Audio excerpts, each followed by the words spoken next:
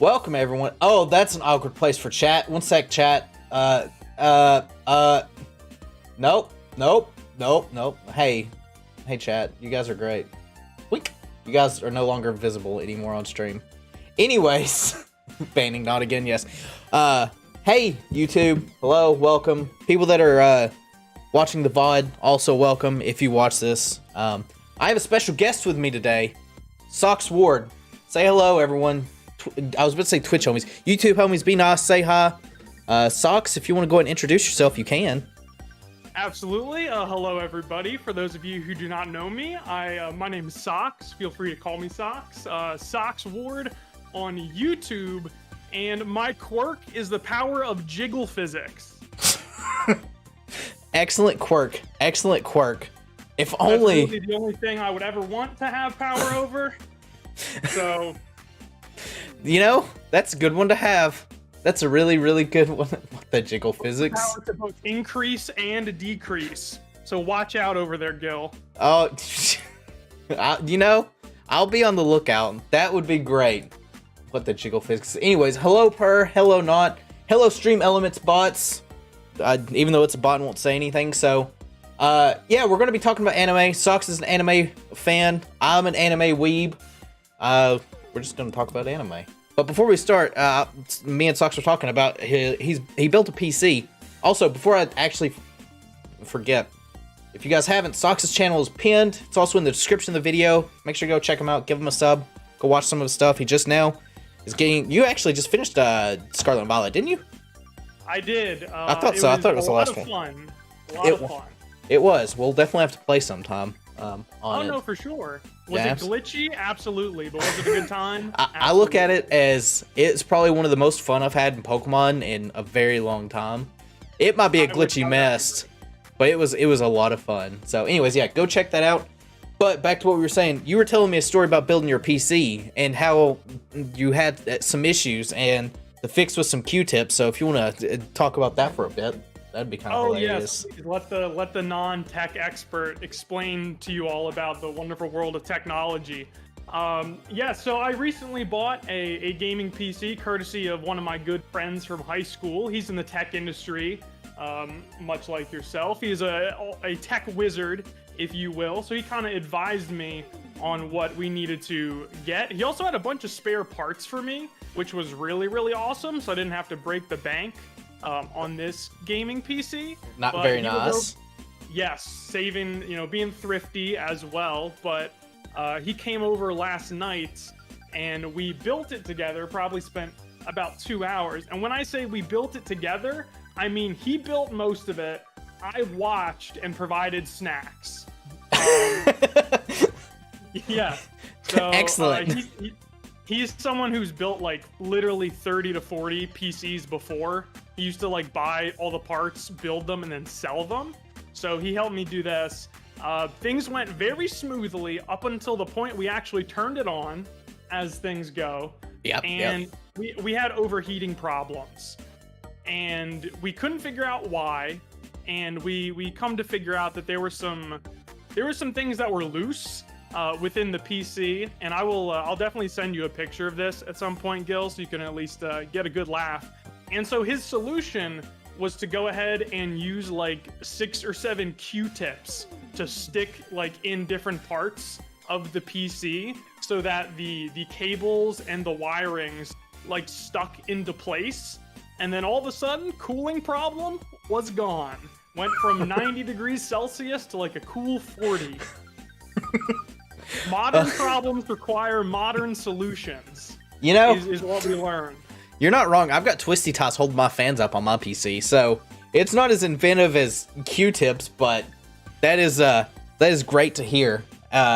Anytime you build a PC, I'm the same way. I'll turn it on. I'm like, I hope something works. I hope it works, and it never works. There's always 3 cables that I forget about. It's the 3 cables that go on the bottom of the motherboard that let your PC turn on, that connect it to the power supply. Forget about it every time I've rebuilt my PC, which is like 3 or 4 times now. So, excellent. There's our tech story, everyone. I wanted to know because I was curious about the Q-tips, but great stuff. We should talk about anime. You'll get a good laugh with the visual for sure. Great, We're up great, and running great. now, though. That's good. That's good. So, anime time. So we're gonna start. For those that don't know, this is AniChart. Good site. I use it to mark down what I'm watching. Except I cleared out everything so that way you guys couldn't see any hentai or any weird tentacle stuff that I'm watching. You cleared out all the stuff I sent you? I did. How unfortunate. Oh, So we're gonna start. I guess we'll start with Winter. I think that's the oldest one, if my mind works. So Winter had some good stuff. It also had some very unexpected animes just from looking at it. So we had Demon Slayer, the return of it. Have you been in the Demon Slayer hype at all? absolutely. I have another story for you as well, but in reference to Demon Slayer. I'm definitely a big fan of all things Demon Slayer. Of course, given its animation studio, of course, the same people who produced the Fate series and give us that beautiful animation. So I'm on board for that. I'm caught up in terms of the anime. I am not a manga reader though. I don't Me too. know what... Okay, do you read any manga at all? I don't know how to read. You just watch. Okay, I don't know how to read. That makes sense. That explains a lot. Okay, cool. I read just a little bit, but yes, I was very impressed, very happy, and I'm very excited for the following season. My story related to Demon Slayer actually is, how did you react to the movie? Like, did you enjoy the Demon Slayer movie when that came out? So I was very kind of mixed on the movie. I thought the animation was beautiful. I enjoyed it. However, I do think it kind of dragged at times. Towards the end, when you see Rengoku fighting, I thought that was insanely cool. But that really was the only highlight in the movie for it. Yeah, like, I thought it was like, I mean, this is obviously this is supposed to be 2022. The movie I think was a little bit before, but we're talking about Demon Slayer, it doesn't matter. But did you watch the movie in theaters, or did you just watch it like at home on your computer or wherever you were? So I've watched it twice. They did the thing where they came out with the movie in the theaters, and then they decided to come out with 12 or 14 episodes. Right. And they called it like the first half of season 2. Yep, and it had like a little bonus. So I watched the movie, and I was happy with I was okay with the movie at that point in time, because it looked really good, and it was fresh on my brain. However, when I went to rewatch the episodic format of it, because they said that there was like new stuff in there, and there really wasn't. There was like, I think the first 2 episodes, or maybe it was the first episode was new, and then the rest was just the movie caught up in episodes. I was like, this kind of drags on some parts. Like the dream sequence, I felt like went on way too long. So there's that. But yeah, I did go see it in movies, and I did watch the episodic format. I would definitely agree with you in terms of like, it felt like it dragged. I wouldn't say I didn't enjoy it, but literally the final 20 minutes of the movie made the entire movie. I completely agree. It was insanely hot. If not for that, I think I would have been pretty disappointed. And I got to watch the movie in theaters as well. Like you, I also watched the episodic ones, which, cop out, by the way, just giving us those 12 episodes. Give us new content in an actual new season, please. Votable. Yep. But with the movie, I don't know how this happened. I went with 2 of my really good friends. We were the only people in the entire theater. You might live in a small town like I do, because I also was surrounded by me and one friend, and I think there's 3 other people in the movie theater, and that was it.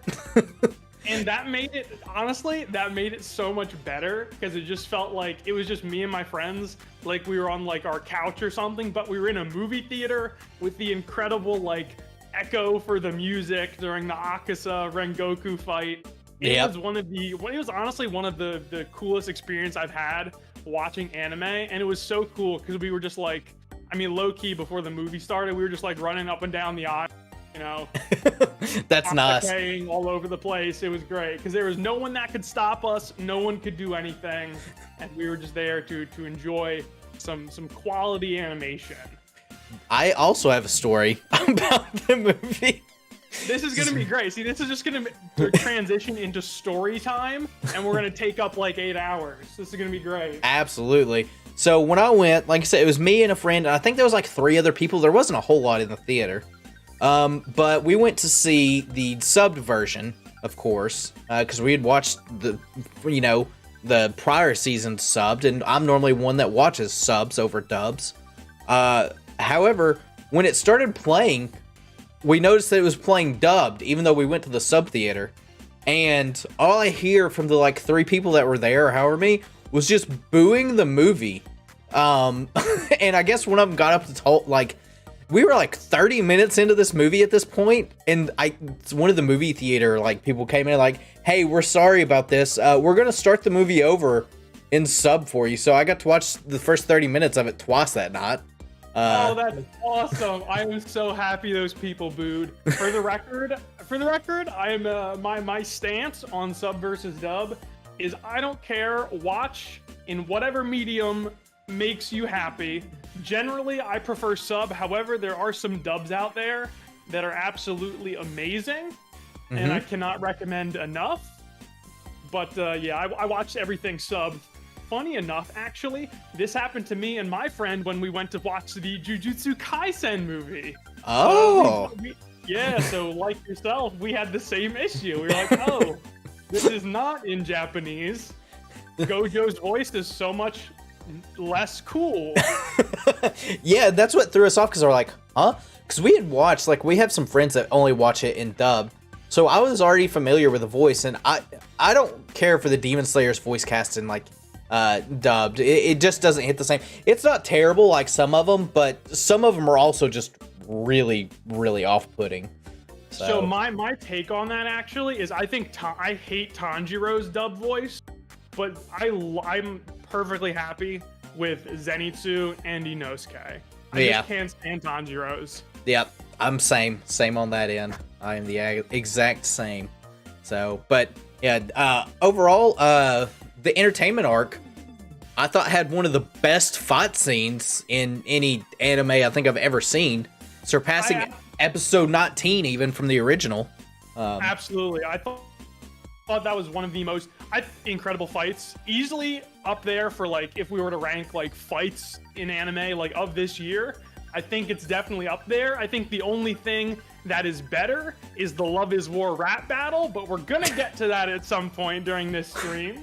Yeah, we will. That's the only thing that solos every other fight that happened in anime in like the last decade. But I think what was so great about that fight was that, like, you knew it was going to be good animation, but I feel like my senses were just bombarded watching that. Like, they came out of nowhere. They went so hard between the voice acting and the screaming and the actual fighting with Tanjiro, Uzui, and then Yutaro, I think is the demon's name and whatnot. I believe you're Daki, correct. Of course, everyone's favorite sexy sister demon. Yeah, she definitely turned some heads for several people. But yeah, I thought like the Uzui fight, it was just like choreographed really, really nicely, like the way that the shots were panned and everything.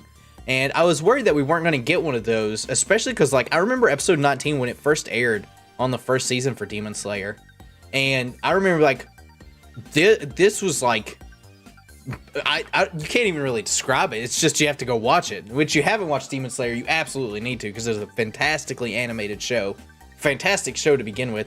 Ufotable, or UFO Table as I like to call them at times. They anything they touch is like pure beauty on it. So. Absolutely, your eyes will thank you for watching anything made by Ufotable. Actually, well, it's not really a story, but I remember when Demon Slayer first came out and the hype was like through the roof. I'm gonna expose myself. I was totally that guy who was like, I'm not really gonna watch this because everyone and their mom is hyped. So I didn't want to watch it. So I went like a full calendar year without watching Demon Slayer. And then when I went back, I was like, wow, that was definitely amazing. Oh, yeah. Definitely worth it. And I was looking real foolish. That's for sure. That's how I was for Chainsaw Man, but we'll get to that towards the end. So we will, because that's actually, like yourself, I'm also illiterate. but I actually have read the entire manga. Like I'm caught up on the manga of Chainsaw Man. So it's been a joy watching a lot of people react to that. Yeah, I was surprised by it, but yeah, we'll definitely talk about Chainsaw Man as long as we got the time, which we should. We got 3 hours to talk about as much anime. There will always be time for anime. There definitely will. So I guess shifting gears, we had Attack on Titan final season part 2. I thought it was okay. I thought it was okay. I hate how they keep calling it the final season and then come out with parts. Okay, so I have a take on this as well. This is my biggest take. It's funny. I was actually talking anime with another person from our little Pokemon community, Ellis, because he's also a big anime fan, which is awesome. But we were talking about Attack on Titan specifically, and my whole stance on this is I'm so over it. I'm so done. Let's just freaking end this show already. It's been going on for so long. And I am exhausted at this point. Don't get me wrong, amazing show. I love the characters. Levi is my daddy, Zeke is my stepdaddy, all that good stuff. But I'm so exhausted. I'm ready for the final part, and let's move on. Hey, like what Not said here, the very last final season, for real. Maybe one day it'll finally end. Yeah, and like I said, I'm the same on it. It is a good show. I like the season. I'm ready for it to end. It's had its welcoming. You know, first season was really hype, and then it took that really long break, and it definitely died down for season 2. And I know it dropped a lot of people with season 2. And I was like, oh, the final season, a lot of stuff's gonna happen. Hey, Aaron's a bad guy. Who would have thunk it? You know, him and being all evil type of deal. So I was ready for it to end here. Obviously it didn't. I just really hope that the part 3 of the final season is the actual end, if that's what they're even calling it. So. Yeah, before like they announced that like this final portion of episodes is going to be the final, there was like speculation about maybe it ends as a movie. All this stuff, given the commercial success of Demon Slayer and Jujutsu Kaisen and the other anime movies like that have come out as of late. And once again, I'm going to expose myself because out of protest, because I'm so fed up with this show at this point, I have not watched the last episode, like the most recent episode. So I have no clue what happens. I don't care. I just want it to all come out and finish it and be done with it. I would have also wanted to wait. I would have also wanted to wait for it to all come out in the final season. When I watched the first half, and it's like, oh, hey, joke's on you, this final season is not really the final season. I was like, all right. And then they're like, part 2 is like, they got to end it with part 2. What kind of weird thing has the final season part 3? Attack on Titan. Attack on Titan does. Attack on Titan for me is just like the ex-girlfriend or ex-boyfriend that just won't go away, and they keep coming back. That's what Attack on Titan is for me. I just want to be left alone and let me move on, please. Yeah, I've got other great shows I'm looking forward to, and they just keep crawling back into my life. I need it to stop. I need it to be over. Please have mercy. Absolutely. And speaking of great shows, we have what is one of my favorite from the season of this, which is Dress Up My Darling. Which at first I was like, I'm not really into this show, or I wouldn't be into this show. The premise doesn't sound great. Blew my expectations away. I might get like the MCA for this. Actually, I probably shouldn't do that. I was gonna pull up the trailer for it and like watch it, but I don't want to get like the video taken down. The show's great. It's about a dude and a chick. The dude makes Hina dolls, which are the little, I don't know how you really describe them. They're like the little fancy dolls you'll see in Japan. And Marin is the female. I think that's how you pronounce her name. Marin, something like that. Yes. Kitagawa. She's into cosplay, and it's a very wholesome show is what it is. Oh yeah, she's great at cosplaying and putting on different clothes. She's also great at taking off clothes. Yes. That a lot of people like it for that reason. We may or may not be included in that group. But for the most of the time, it is pretty wholesome. That definitely like, because that kind of went concurrently almost, or maybe it started a little bit after Demon Slayer, and so you just had this like epic hype shonen with like incredible visuals and fighting, and then you had like a girl cosplayer and a lot of jiggle physics and a very shy main character, and it was great having everything at the same time. You know, you got a little bit of everything. Yeah, in yeah, there. Absolutely, But, and their relationship was just. They just had such a good relationship throughout it, like throughout the entire anime.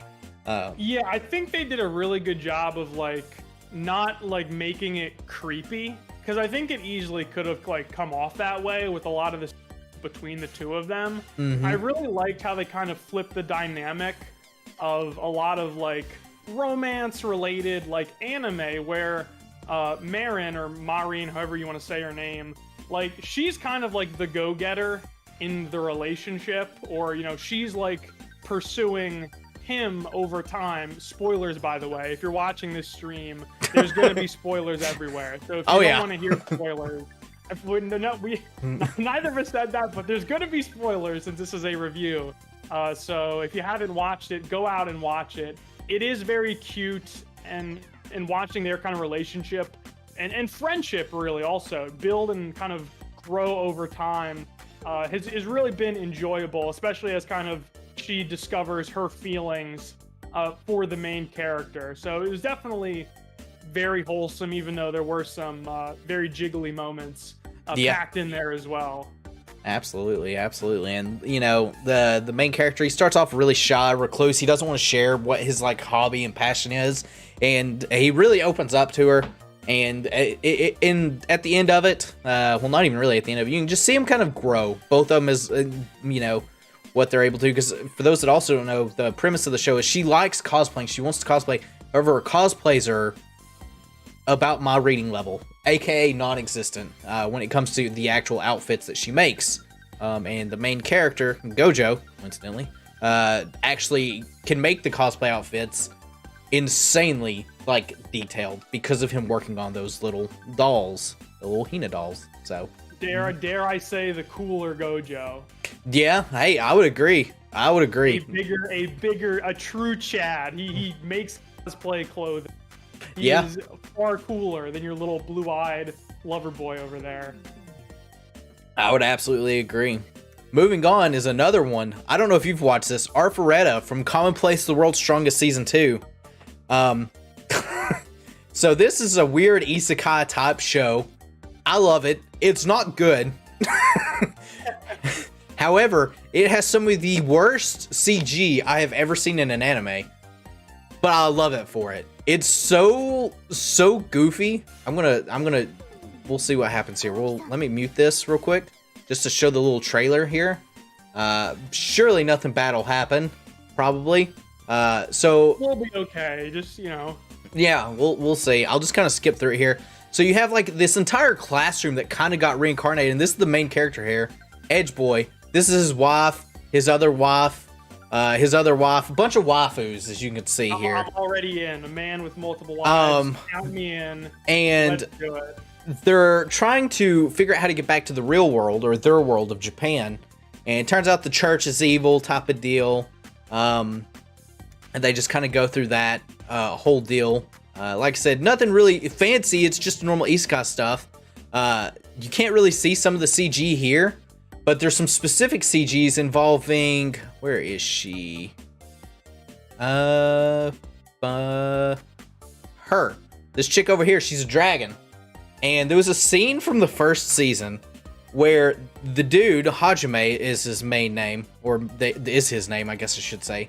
He, when they get reincarnated in this world, they all have like unique powers. There's a hero and, you know, mages and stuff. His power was the ability of alchemy, and no one thought it was useful. However, he turned it to useful, and he ended up making this giant rod. And when I say a giant rod, it was more like a pillar.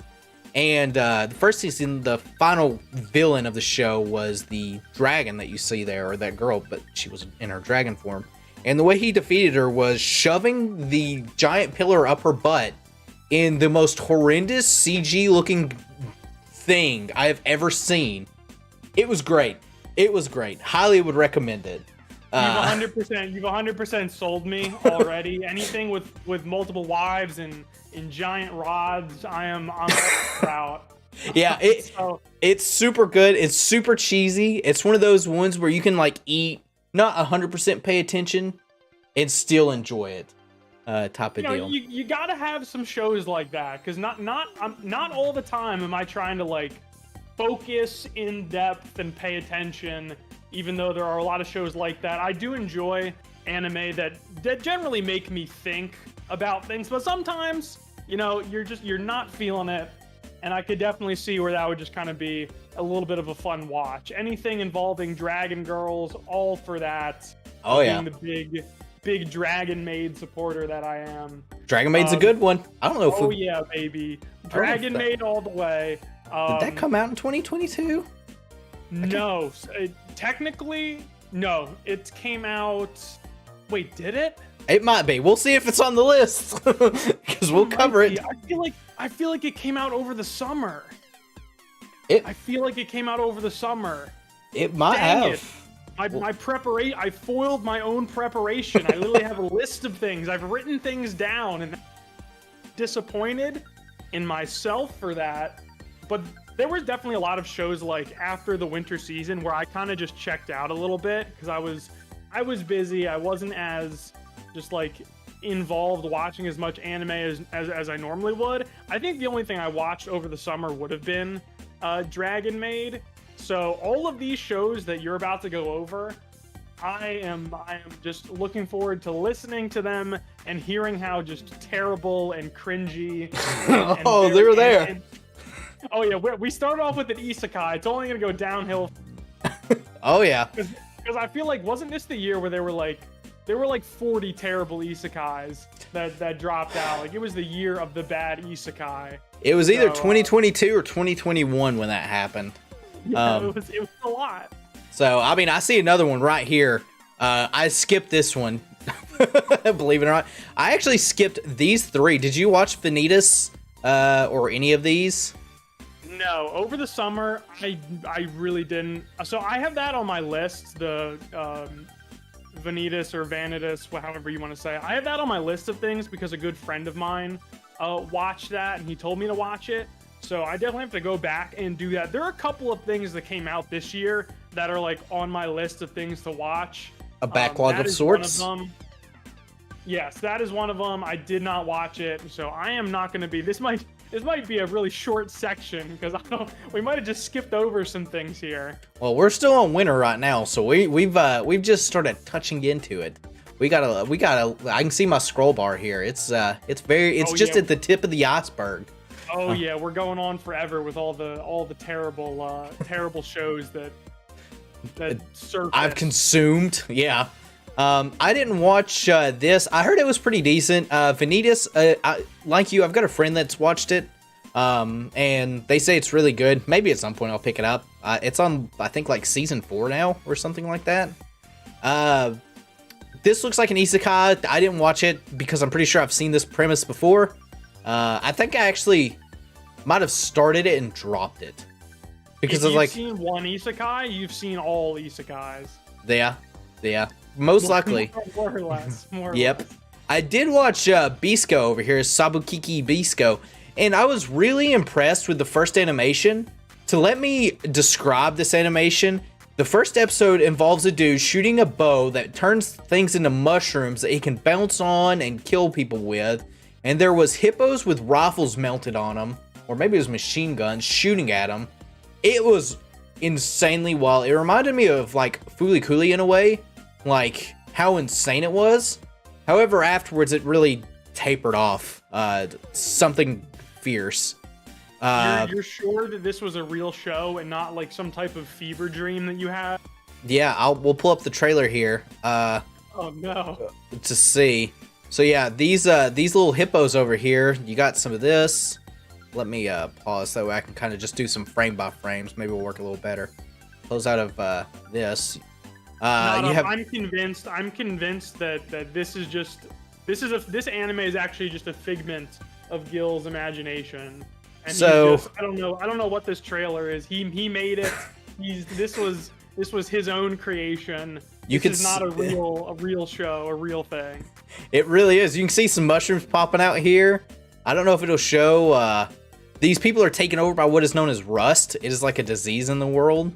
You got him. He's a doctor eating a lizard there. I was really hoping we'd get to see the hippos, but I guess we're not going to, which is fine. Oh, actually, yeah, you do. All right. They also ride a giant crab. We'll just play this little clip. There's a hippo with a machine gun, giant sandworm. It's wild.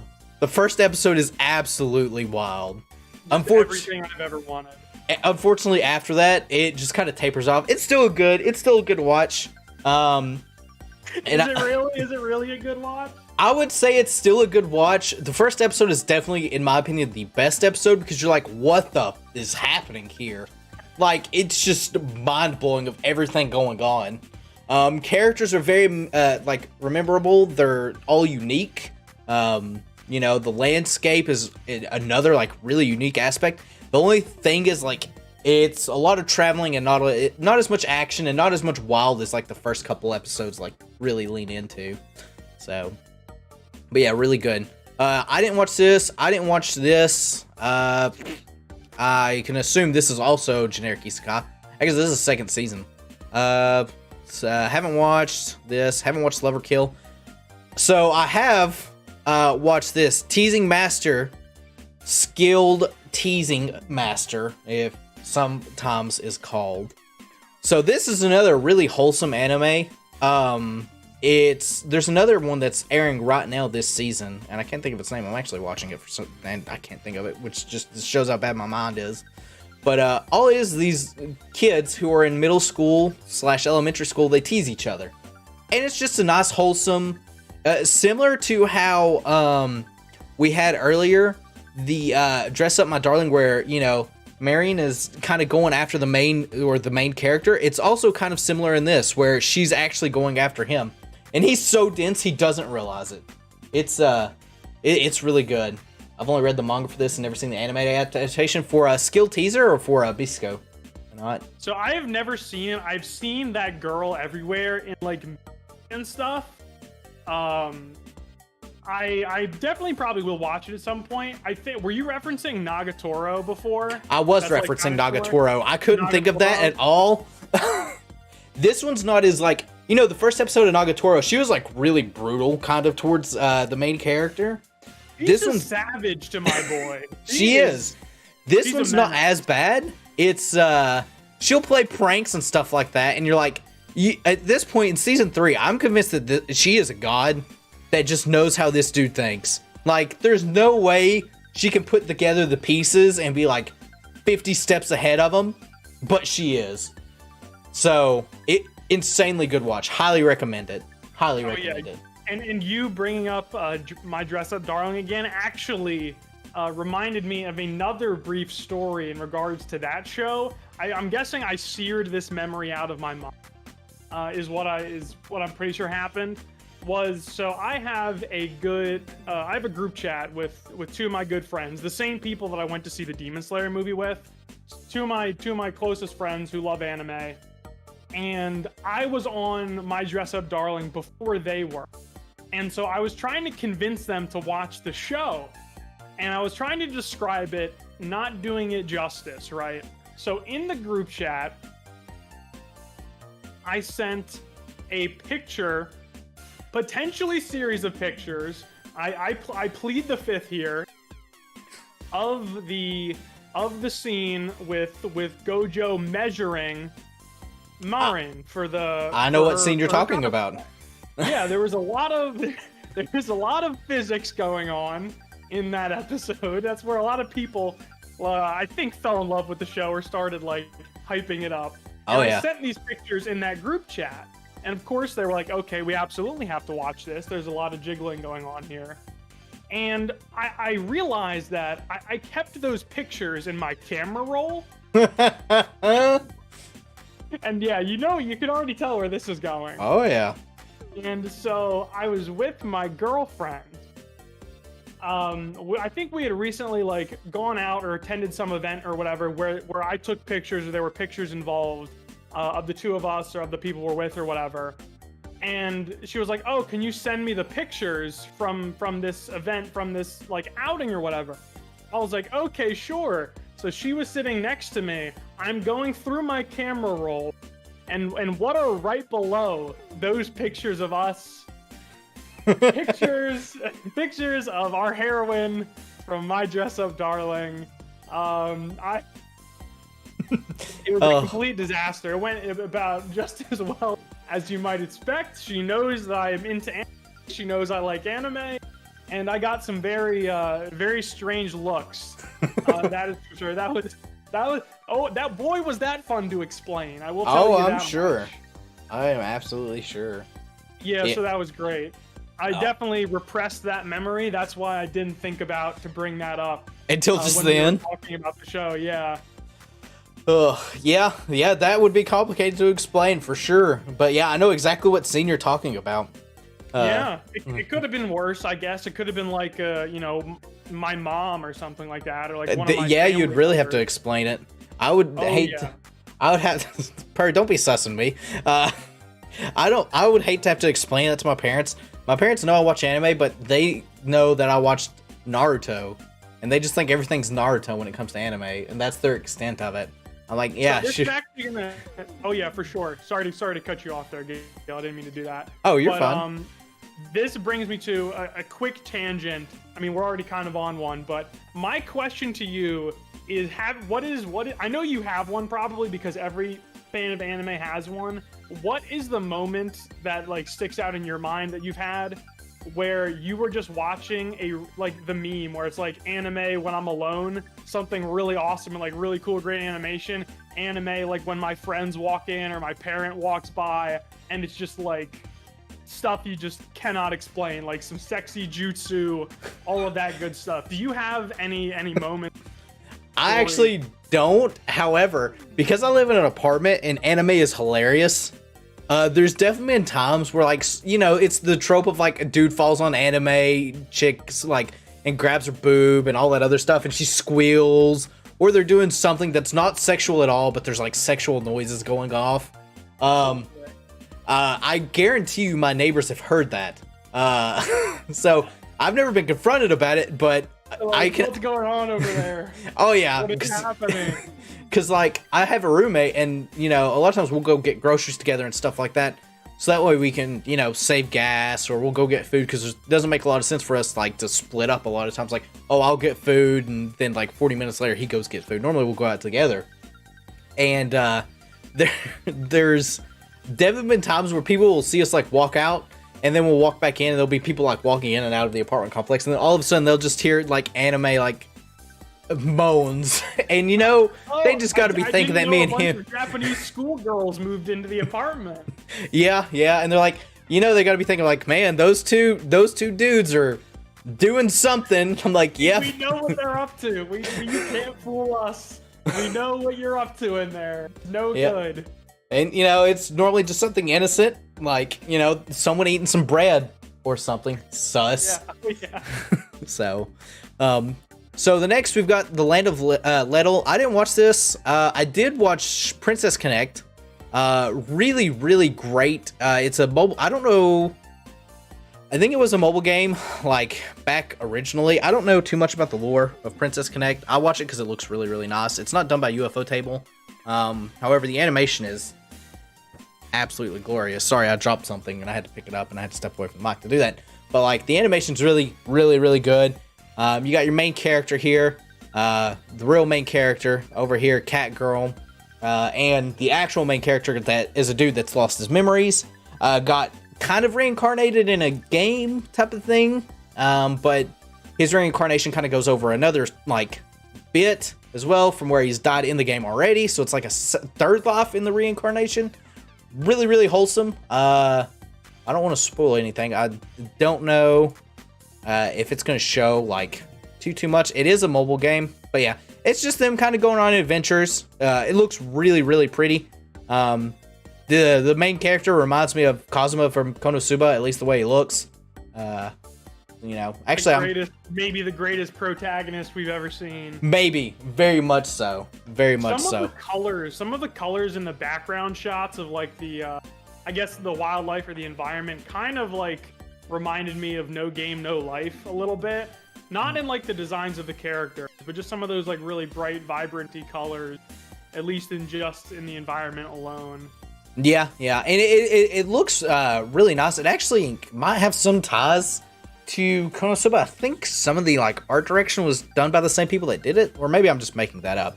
I don't really remember, but yeah, super good, very wholesome anime. There's nothing like, you know, too lewd about it or anything like that. It's got a lot of action. Just some friends going on a quest. Their guild is the gourmet guild, so they eat a lot of food. That's their whole premise. It's very nice. They're the same director. That's very relatable. Very relatable. That makes sense. That absolutely adds up. So it's got some humor to it as well.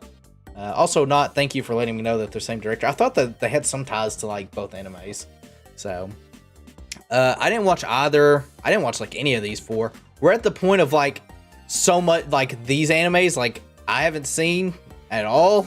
I don't know if you've seen any of these. If you have, just let me know. But no, absolutely not. The late there was a lot of anime that came out over the winter season. I don't even know if we're still in winter. We are. There were so many. Yeah, there were so many, and the only ones I heard anyone talking about at all were the ones we have already covered, or at least like talked about a little bit. So I got nothing for you. All right, well, I'm gonna be honest, I got nothing for you. Hey, that's fine. That's fine. So not brought it up here. There was a Shenmue anime. There was a Shenmue anime, and I watched it all. And the dude does get his forklift certification. If you've ever played Shenmue, that's a big part of the game. People love to drive the forklift. The anime was really okay. I never played the games. I don't know if you've played Shenmue back on like the PlayStation 1 era. No, I've never played. I know what it is though, and I think it signifies they're starting to run out of ideas. Yeah. Is what's going on here. So they do cover, I think, all of the first game. I think first and second game. It was okay. Like the animation, there was no like really good fight scenes. What I did learn from this anime though is if you punch first, you lose. In every fight, whoever punched first lost. Every one of them. And this chick shows up for like, you can't really see it. I guess I can zoom in here. Oops. To, oh boy, that really messed things up. But where are we at? All right, maybe I'll zoom out and we just know instinctively who we're talking about. The, oh boy, leftover. I've really screwed us over now. Wherever Shenmue is, Shenmue, this Princess Connect. IQ. Shenmue, here we go. Somewhere in here. So, I'm not going to attempt to pronounce these names because I would just butcher them. She shows up sometimes, and she really didn't do anything at all. So, there's that. That's about the extent of Shenmue, though. But yeah, I watched it. It was okay. I didn't watch any of this stuff at all. TV shorts. I normally don't watch a whole lot of the TV shorts. So I don't know if you do or anything. No, not really. That stuff like that just isn't on my radar too much.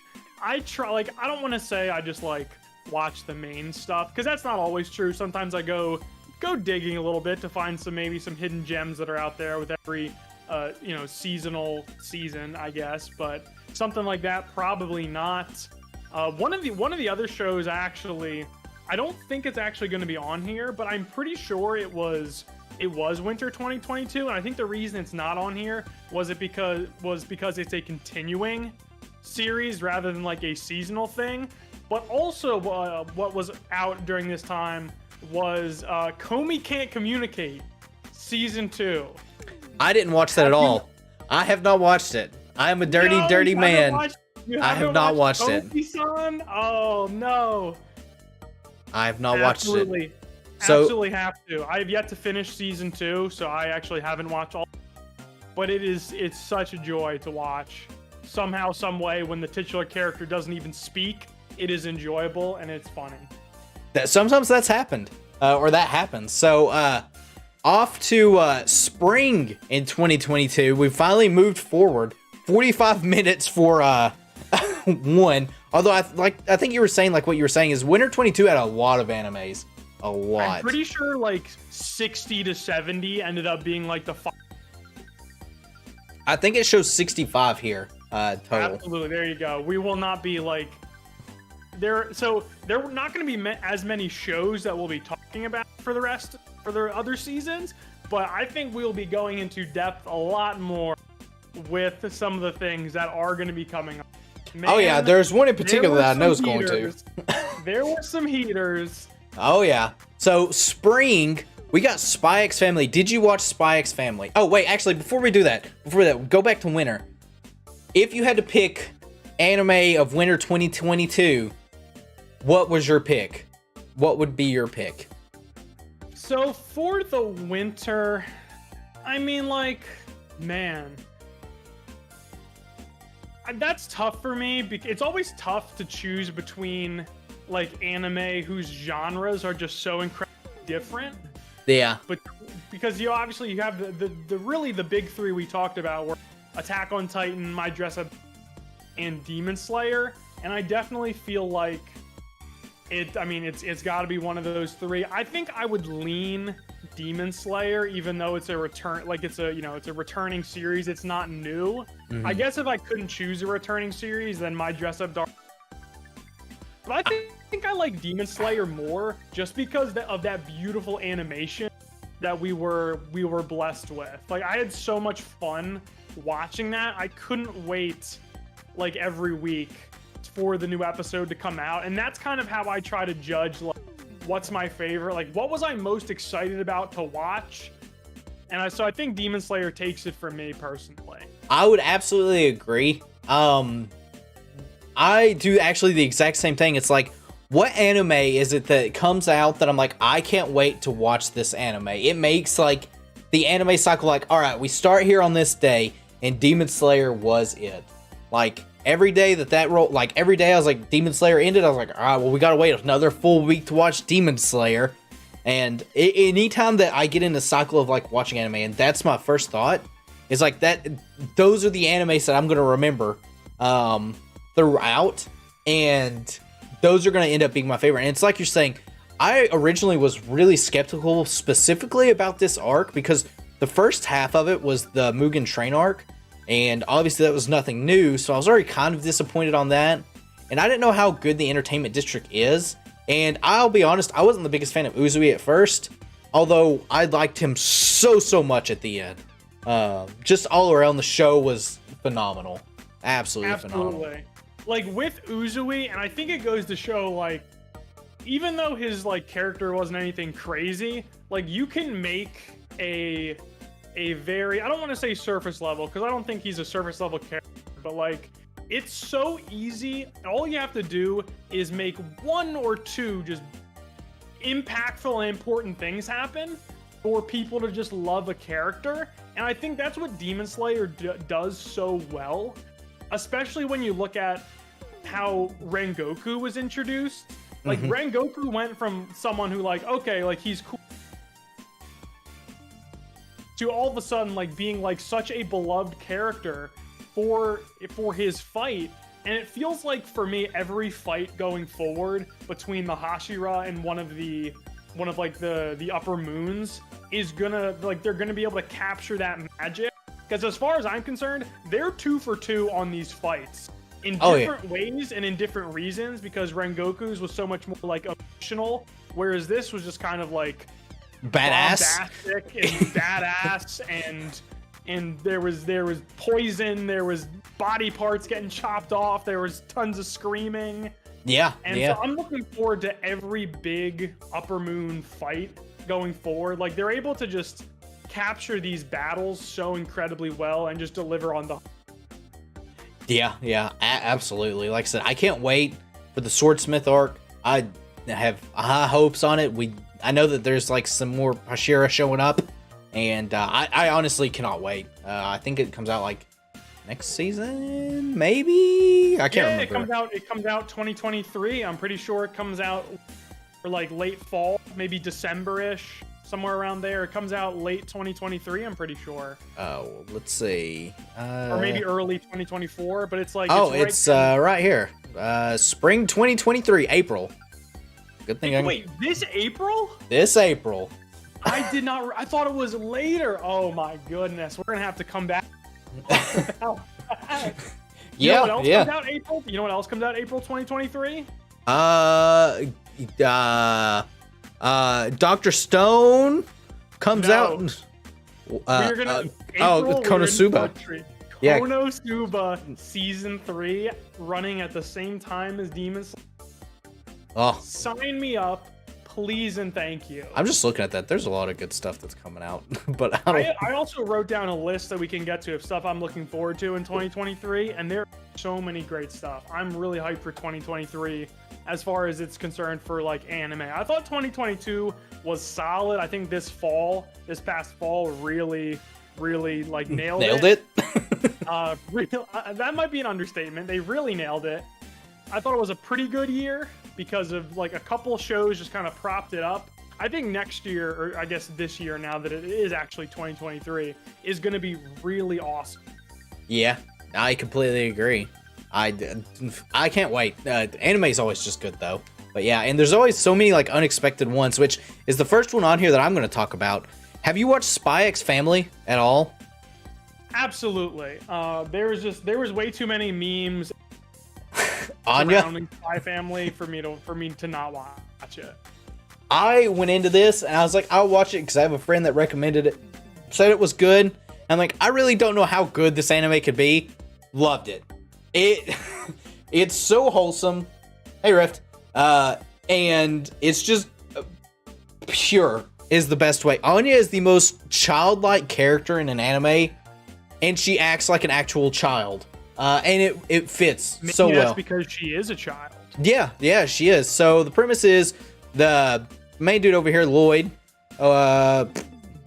Forger over here. He looks really different in the manga. He's a spy. You have his adoptive daughter. There's a project going on to prevent a war. So he adopts a daughter named Anya. She's a telepathy. She's got telepathy. There you go. And he also needs to find a wife. So he finds a wife, and that wife is Yor. Yor is an assassin. They don't know that... Lloyd doesn't know that Yor is an assassin, and Yor doesn't know that Lloyd is a spy. And they just going to go on their own little cookie mission type deal. But at the end of it, it's just mainly focusing on Lloyd's mission to try to do this operation called Operation Strix.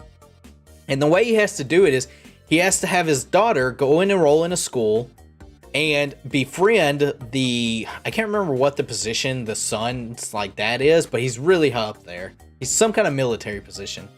And I'll never forget, like, the first thing that you see when they meet is she just straight up decks him in the face. And it is amazing. Just phenomenal. Anya is she's such a mood all the time. And she, not only is she hilarious, but she really just captures and captivates you whenever she's on the screen. Like, she manages to just completely steal the show. And absolutely. It's so great. And like you said, it's such a wholesome show. Yeah, and the scenes themselves look really, really beautiful, especially choreographed. There's some stuff with Yor specifically where she's doing her like assassin stuff, and it looks amazing. Wit Studio did a phenomenal job with it. It had 2 cores, which we'll talk about the second core as well later on, I guess. But yeah, super great anime. If you haven't watched it, you definitely need to. You're not watching for Anya. I watched it for all of them. Anya, Yor, Lloyd. I thought the whole show was just amazing. Yeah, like, this is on a lot of people's short lists for anime of the year. It definitely got some big, like, public buzz. I've seen a lot of pictures of, like, jacked dudes at, like, Comic-Con dressed up as Anya. That would be great to see. But yeah, I can see it there. I've seen some where they've got like this little Anya like face, and in the face itself will swap to Anya's mini of faces. Like, let me pull this up here. Anya face. I Like don't with her know. little like smirk that she does. Her smug Yeah. face. I actually don't have a way of like showing it up like without completely screwing things over, so I'm not going to do it. But look up that's Anya's okay. smug, and you It's will the best. you will understand. I was hoping maybe it'll show it in like the trailer, or maybe it'll show some in the trailer. If not, maybe like the second core. Lloyd, Anya. Was she? Nope, she's just kind of shot. Well, you can kind of see a little bit of it there, like for a second. But yeah, she's got her little Waku Waku face, huge. Oh yeah, Waku Waku. You're being drunk there, super great, all around. Just I highly would recommend it. Oh yeah, I think one of my favorite moments from at least this first core is when Anya is in the school. There are so many great moments that happen, like when Anya is in the Her school. and Becky. Oh, absolutely. Maybe one of the most powerful and greatest anime attacks we've ever seen. Puts the Kamehameha to shame. Yeah. Her dodgeball. I forget the name, but she has this big anime attack style name with the dodgeball. That's just amazing. Yeah. The dodgeball scene is great. I don't want to spoil too much of it because I do want, I definitely think you should watch it if you haven't. The 100%. dodgeball scene is amazing. 100%. If you have not watched, like, if some person just comes into this stream cold and you haven't seen like any of the things we're talking about, I think Spy Family is definitely on the short list of things where it's like I would watch this one. And also, this is a great anime for people who might be new anime watchers or people who are not really sure about anime yet, dip their toe in. This is a great anime to recommend to those people to help serve as a gateway to like get your friends into anime, because the relationships between the characters are so wholesome. The show is fun. It's just like an anime version of like Smith. It's great. And so I It think really is. Yeah, it's awesome. Really is. And it's not one of those like action-packed shonens to get your feet into it either, which is really, really nice. It's just one that's like, you take it, it's wholesome, there's funny moments, there's action moments, there's some kind of like mystery, not a whole lot of mystery, but there's like some mystery bits thrown into it. So yeah, definitely recommend it. Yeah, it's a good mix of like a little bit of everything. So like regardless of what genre, you may prefer, I think it's got a little bit of everything for everybody. And it's not, it's not lewd at all. Like there's no like, classical anime tropes per se in that regard. So it's an anime you can watch in public. You don't have to be holed up in your room with your headphones, which is always great. Yep, that is true. And people will love Anya. Anyone that doesn't love Anya doesn't exist. That's the answer. They don't exist. Yeah, I've never met someone who doesn't like Anya. If you ever meet someone who doesn't like Anya, you can't trust them. You just can't do it. It's like a person with two first names. Absolutely. Like Ben Johns or whatever. Another banger. Man, I didn't realize how stacked like this season. Stacked. We have it was stacked. We have Kaguya-sama Love is War, ultra romantic. I'll let you take the wheel socks on this one. I'll let you drive. What is Kaguya-sama Love is War for those that don't know? Kaguya-sama Love is War is peak fiction, is what it is. I don't care about your Chainsaw Man. I don't care about your Spy Families. I don't care about your Bleach 1,000-year Blood War. I do not give a damn. This is the anime of the year, ladies and gentlemen. The greatest rom-com in the history. This show was good in season 1. It was also good in season 2. This season 3 was incredible. I have never laughed so hard watching an anime before. It's probably up there with Konosuba in that regard. It is at its core, the way I describe it to people is that it started out as basically just Death Note or romantic Death Note, with crazy plots and schemes between the two main characters and the titular main character, Kaguya-sama. For those who know nothing about the show, it takes place in the Shuchin Academy, a high school, and it focuses around the student council members. It starts off with 4 student council positions: the president, the vice president, the treasurer, and then whatever Chika is, I think she's secretary. Secretary. She's a secretary. She wears a lot of hats. Chika does, but it's essentially a war. It's love is war between the vice president Kaguya and the actual president Miyuki Shirogane, and it's just them coming up with ridiculous schemes. They've spent all this time together. They're developing feelings for each other, but they refuse to just do the thing that would make the most sense and confess to one another, because that would be losing the game. And there's just harebrained schemes and plotting and ridiculous to try to get the other person to confess.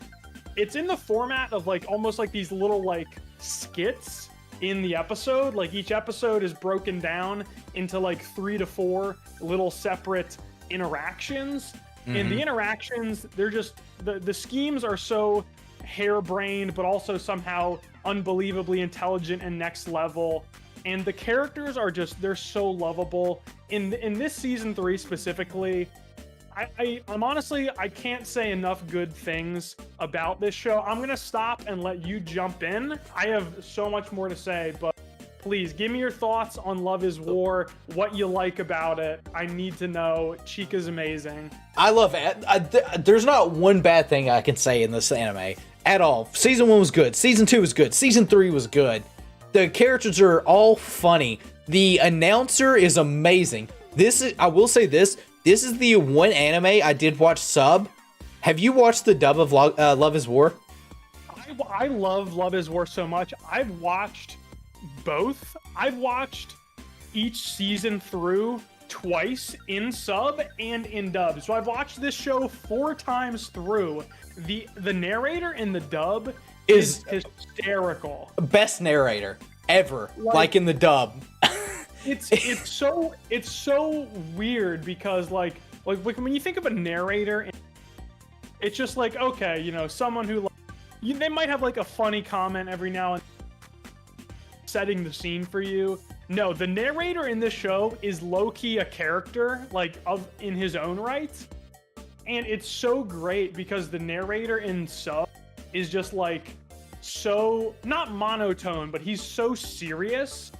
And then in the dub, they flip that on its head and they just make him ridiculous. And both narrators are just over the top. And it really helps add some humor to the show. Not that the show is lacking in humor, because there's jokes and humor everywhere. But the narrator does so much to add, as you were saying. Yeah, it just like goes like the show is a 10 and then the dub of the narrator is like, we're just going to crank that up to a 20. I love both the sub and the dub. This is one of the shows that I will say almost it's worth watching the dub, because I do like the dub narrator better than the sub narrator because of how much funnier the narrator is for the dub. Like, oh, absolutely. He just leans into the ridiculousness of it, and that's what I love about it. Yeah, absolutely. And it's like stuff like, oh, you know, and so one thing that's also in the show is it's divided up, like each episode is divided into halves. So the first half is normally like a skit type deal, and then there's a second half that is also a skit. Sometimes you'll get like 3. And at the end, there's always the narrator who will say who wins or who loses or have some kind of snarky comment. And the dub narrator just like cranks that up, and it's like, oh, who would have thought that he would have won? It's just snarky. It's great. It's amazing. You gotta watch it. Like, oh yeah, there's one comment like the narrator makes like after. And I kind of want to like at least dive into like some of these characters a little bit. I don't want to like go too spoilery for people, but I want to dive into some of the characters. Like the narrator, like someone does something, and the narrator in the dub is, and that's why she's best girl. Yeah, and it's so great. It's so good. They make like he makes like meta commentary about the show, and like it, stuff. it It's so self-aware. It is, and it makes it just infinitely better. Like, when this show first aired, I'll be honest, I'm like, I don't know how I'm gonna watch this show either, because I'm like, you know, what are you really gonna do with two high schoolers that are just like, oh, I'm gonna play a smarty witty game? And then it's like, hey, yeah, that ain't this show, buddy. And it just takes it over to the top. And it's like what Not says, it's always nice when they put their own spin into it. And they did. The dub has such a unique departure from the sub. Obviously, it's the same, but it's like so different. It just makes it makes it so much more enjoyable. And it's like one of those things. There's a few animes that I can watch both sub and dub multiple times. This is one of them. Same vein for Konosuba as well. That Konosuba and Love is War are up there, like in like the golden tier category of the golden tier of dubs, because they do so many things right. I want to ask you, who's your favorite Love is War character and why? I honestly think it has to be Chika. It has to be Chika. The amount of stupid scenes where she is a love detective. She is Shiragani's like teacher. The amount of like her just being this once more omnipotent god of like, if something can go wrong, she's there to make sure it goes wrong, or she can make sure it goes right just in the way that you don't expect it to. Like, absolutely. I'll never forget like the very first time. It's like I can't remember what the first like Chika lesson was. I know there's like the rap one. There's the actually the volleyball's the first Chika lessons, isn't it? Yeah, the volleyball. Her teaching him how to play volleyball. You just see the president, because the president's good at everything, allegedly, except for a few things. And like, it turns out the president's not good at anything. He just trains really hard to become good. And you just see her reaction of just like the noise, and it's like, oh, it's just priceless. And it continues. I gotta say, the voice acting in this show is also excellent because of the reasons like that you stated. Like, the little noises and ad-libs and add-ons from the voice acting really just enhances like the moment, and they're so good at finding humor like through stuff like that. And Chika, I refer to her as just being like, she's an agent of chaos. Yes, she is. And as you said, because once again, for those of you who may not be like Kaguya and the president Shirogane, they're so incredibly smart. They're so incredibly calculated. Like, it's a battle of wits. It's a battle of IQs. And then Chika comes in. Not that she's dumb, but like, she is at the same time. Yeah. Like, she's just ridiculousness personified. She inserts herself into situations and somehow always makes, or at the very least, just makes them ridiculous. She's a pathological liar. Like, she's a cheater. She's a cheater. She's narcissistic, but she's so funny. It's literally like, it's just like chaos incarnate, like taking the form of a cute little pink anime girl. And it's so great because I think her character design just like totally is not what you would expect, like, for the character that she actually is. And no, not at all. Especially given her voice, because it's so like high pitched, it makes it that much funnier. We're not gonna spoil some of the plot, like the key plot stuff, because season 3, I think the plot really just elevated to new heights. Yep. But this is also a show where it's like there is an overarching plot to every season, but it's also, each thing is almost kind of like its own little self-contained episode or story sometimes. And so it's just so much fun. All the characters are great. I have to give a shout out to while Chika, I think, is maybe one of the funniest characters. My maybe forever best girl, Ai Hayasaka. Yeah. So good. She is so good. She's like Chika's foil in that, like, she's also like meddling in things, but whereas Chika just comes in and is a torn person, I Hayasaka is like, she's like scheming. She schemes her way in, and like frankly, because a lot of the times Kaguya and Shirogane are dumb as a result of their feelings for one another as some people. She takes advantage of those situations.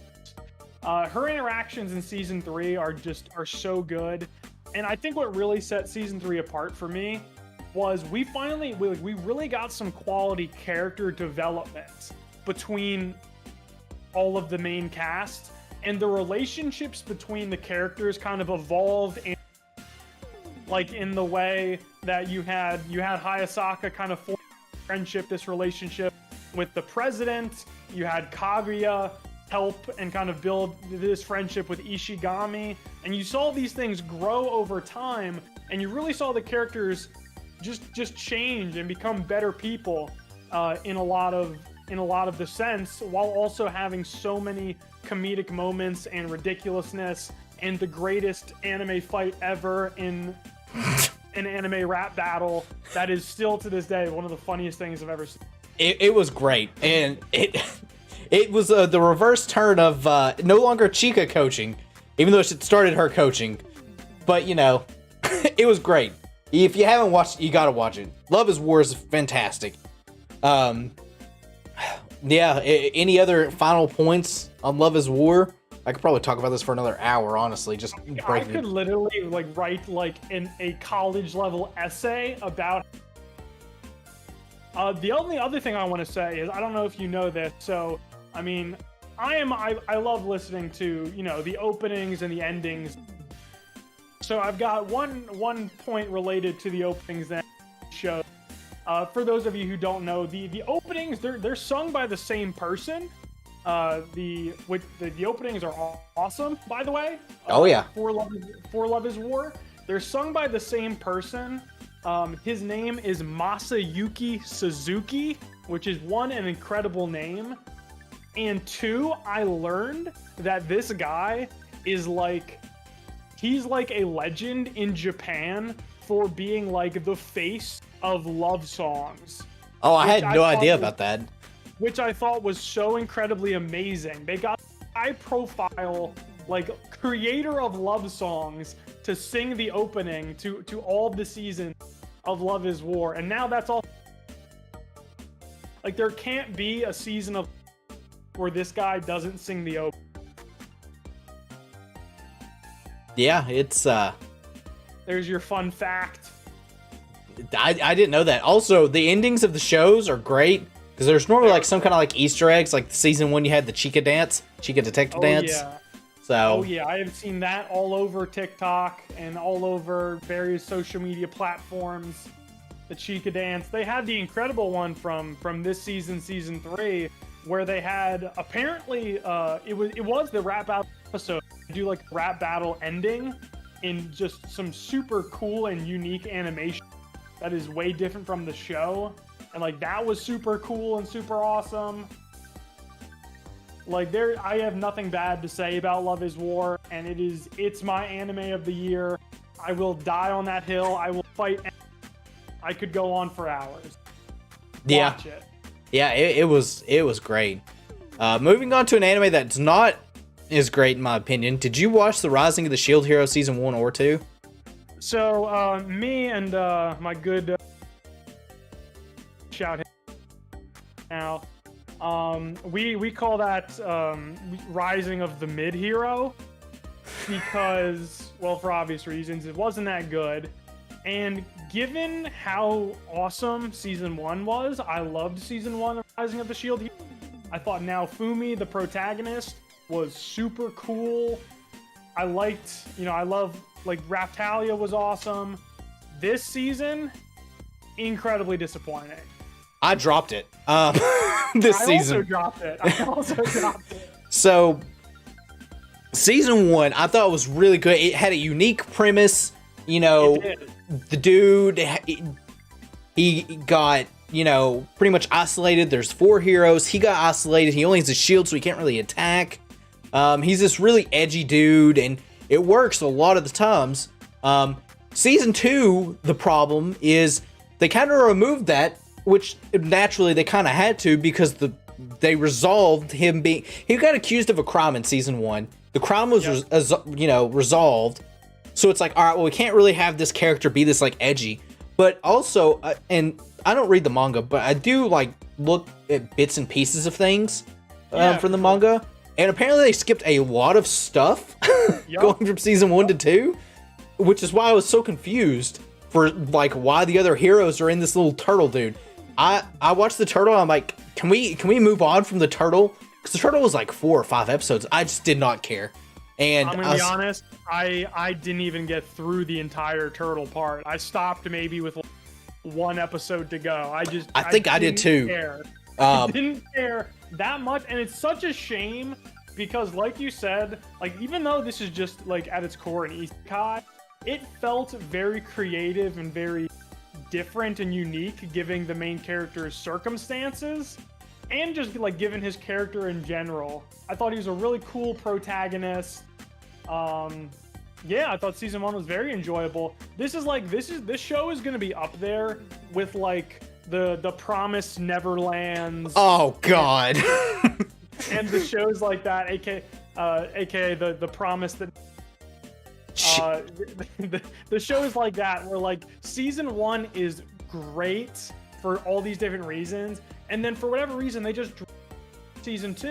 I remember we started watching season 2, me and my friend, and we were like are we starting on the right episode? Like are we missing something? Because like where are we? Why are we here? What is happening? And like you said, it's because they skipped so much, and it just leaves the viewer feeling really confused because they just cut a bunch of plot stuff out. It's like, oh yeah, by the way, which is not a great way to tell a story. It is not. It is absolutely not. Also, Socks, your mic started just like randomly cutting out there. I was just letting you know. I don't know why. It's back now, I guess. Hopefully I can hear you. Yeah, but I agree. Also, just even though this isn't this season, just because you talked about Promised Neverland season 2, whoever's idea that was to give you the quite literal slideshow ending of that, it blows my mind. Season 1, I was so hyped for, like, because I didn't watch it at first. It was like a couple episodes in when I started, because I kept hearing good stuff. I was like, oh, this is really good. It's a really good mystery. And then season 2 is just like, and I'm like, like, what is happening here? And yeah, that's the same thing for season 2 for Shield Hero. Yeah, the Promised Neverland is also one of those anime where it's like you were just hooked immediately after the first episode. Like, it has one of the best first episodes, I think, in anime. It's so easy to get people shit off. And I felt like the first episode of Shield Hero, while it was kind of long, I think it was like an extended first episode, so it was like 40 minutes or whatever. But like, I was really captivated by the first episode. I was like, this is unique. Like, I'm down with the protagonist. Like, from the jump, he's being targeted. He's being, accused of this horrible crime, and you feel bad for him. Yeah. And so from the get-go, like, everything is stacked against this guy, and that creates a great dynamic of like you to get revenge. You want to root for him, but then, like we've been talking about with season 2, they just drop. And I think one day I do have to go actually finish it, but like I hyped up the first season of Rising of the Shield Hero so much when it came out, and it was honestly like definitely one of my favorite anime like of that year that it came out. But season 2, man, so forgettable. If you didn't bring it up, I low-key would have forgotten about it. Yeah, if it wasn't for this list. Real quick, JC Ellis Gar, welcome, hello. Not also brought up a point. I read the manga Promised Neverland and then watched the anime with my friend. I remember telling that friend that the manga arc, that the second season will be good, and then it didn't happen. Yeah, to me, the second season of Promised Neverland does not exist for that reason. Yeah, so, we need a Promised Neverland. Yeah, Promised Neverland Brotherhood would be. Brotherhood, yeah, Promised Neverland Brotherhood is a great way to go about that, I think. Yeah, And yeah, Shield Hero, it definitely, like what Gar was saying earlier, died after revenge. Yeah, when, to me, the most ultimate thing was like, what do you want this chick to be called that like did this? And he's like, call her bitch face or what color. I think it was just bitch. That was so funny. It was impactful too. It's like, oh, greatness. She deserves this for what she's done. Deserve it. And then it's like, all right, well, now what are you gonna do? So, great, yeah. So good. So next we have Shikimori, not just a cutie. I didn't watch this. I know some people watched it because she's a cute anime girl. I don't know. Did you watch this at all? I actually did watch this. Okay. So this might be one of the only things we talk about this evening that I have seen that you have not seen. So I think overall, I thought Shikimori was like a very solid watch. I wouldn't say it was amazing, but I thought it was pretty enjoyable overall. They didn't do anything crazy. It revolves around a relationship. And the thing that's kind of a little bit different about this, because it's a romance anime, the main character and then Shikimori, who is the titular character, they're already together, like they're already dating. So it's about them and their relationship that has really kind of started. So it's about them now that they're together, how do they get to know each other better, and it's about their relationship kind of over time. So it doesn't do anything super crazy. It's got some cool colors, for sure. Also, the ending song is a banger. Ooh. Definitely recommend.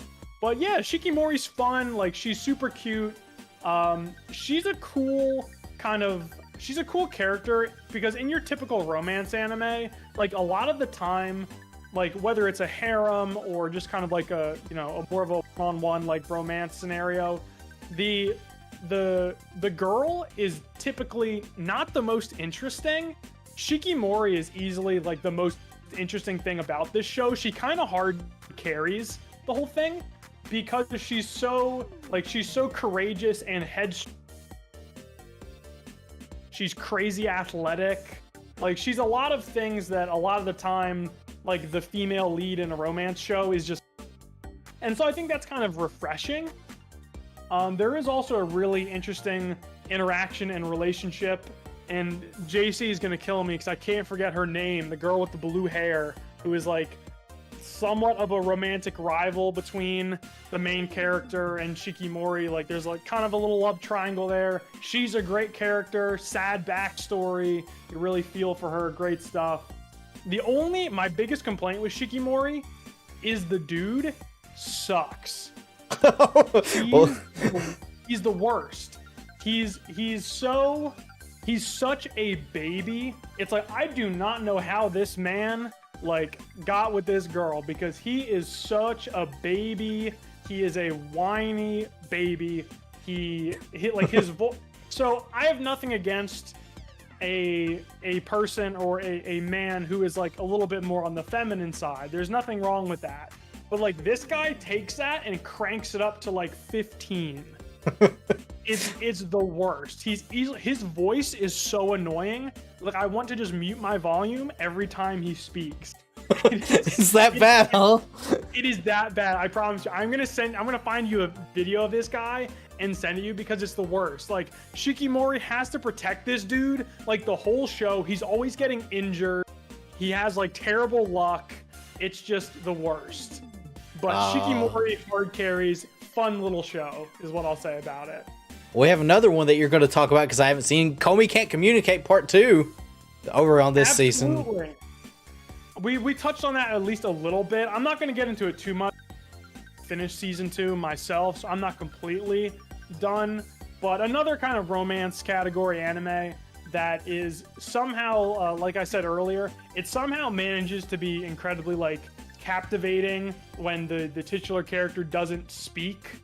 So like, for those of you who don't know, the story is about Komi-san, who is, I don't know if she's a new girl at their school or just like, I don't know. She shows up and she wants to make friends with people. She's more mute. She's deathly afraid of speaking. She doesn't speak. Most of the time she's just making these like, very quiet, cute little like noises. like kind of how she tries to communicate at least.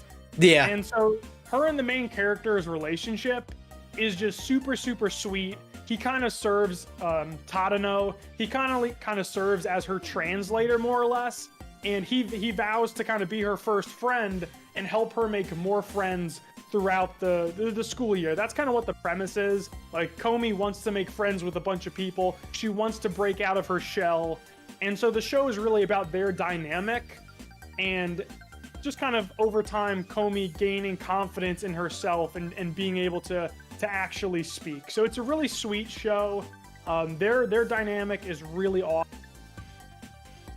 You have best girl, best boy, Najimi, who is an androgynous character, but it doesn't matter because everyone loves Najimi. Najimi is Najimi. No one knows what he or she is, but they are loved by the fandom. They're great. Very funny character. Yeah, Komi, very solid romance anime. Definitely sweet and wholesome. Would recommend. Well, maybe I'll get it on the backlog, because I actually finished my backlog. What me and my roommate do is we'll take one anime and binge watch it. Like, we did all of One Piece. Neither of us watched One Piece. Then we watched all of One Piece. Watched all of One Piece. All of One Piece. It took... You monster. It took a long time. It was good, though. I enjoyed it. We did skip fillers. Well, most fillers. At the start, we weren't, and then we're like, oh, we're skipping them. So, we've done that, and we also did that with JoJo. That's how we first both got hooked on JoJo. But we'll talk about JoJo later. Oh, we will, because I don't know if he's still here or not. JC is one of my good friends, and he and I watch seasonal anime together, like over Discord. Yeah. And so our deal was he had never seen JoJo's, and so we literally started JoJo's last week. We are going to be watching the entire series, like all the way through Stone Ocean on Discord together, but in exchange, because JoJo's is so long, he's picked out like 6 to 8 shows that I've never seen that we're gonna watch also concur.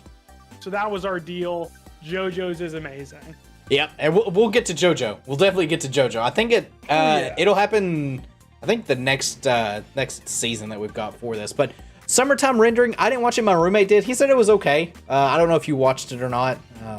I actually watched the first couple episodes, and I think so. I watched like a weird non-official version, like before it actually came out. Yeah. I think I watched like, I don't know if it was like a fan-made version or what it was, but it wasn't the official version. Like, it wasn't officially subtitled, so I don't.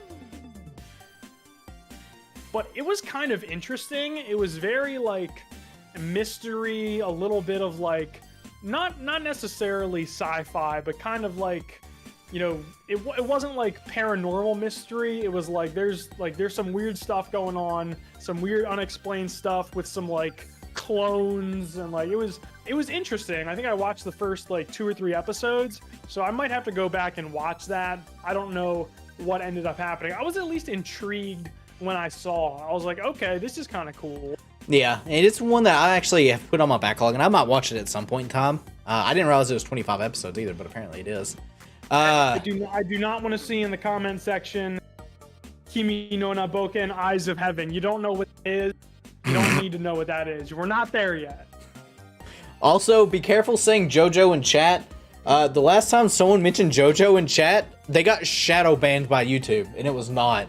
I don't know why, and it definitely wasn't because of JoJo. However, it is a running joke, so it's got to be Go-Go instead of JoJo if you say it. It's just a running joke on the channel. Just so happened we were talking about... is that powerful. It is. No, I don't know why, but it did happen. I didn't watch this. I've actually never even heard of this. Aharon, I'm not even going to attempt. Did you watch this? Aharon Wawakariani? Great pronunciation. I have not seen it. All right. I think we're going to be at a little section now where I have not seen some of the things. I had to go off on ones I have, so now we're just gonna cool down a little bit. I think. I don't think there's a lot of stuff that I will have seen here. There is, however, this one. Your boy Waver. All right, so let me set the premise here on this show. Please take it away. This show probably is the anime show of the season. I'll be honest. That is how good this show is. High praise. High praise. All right.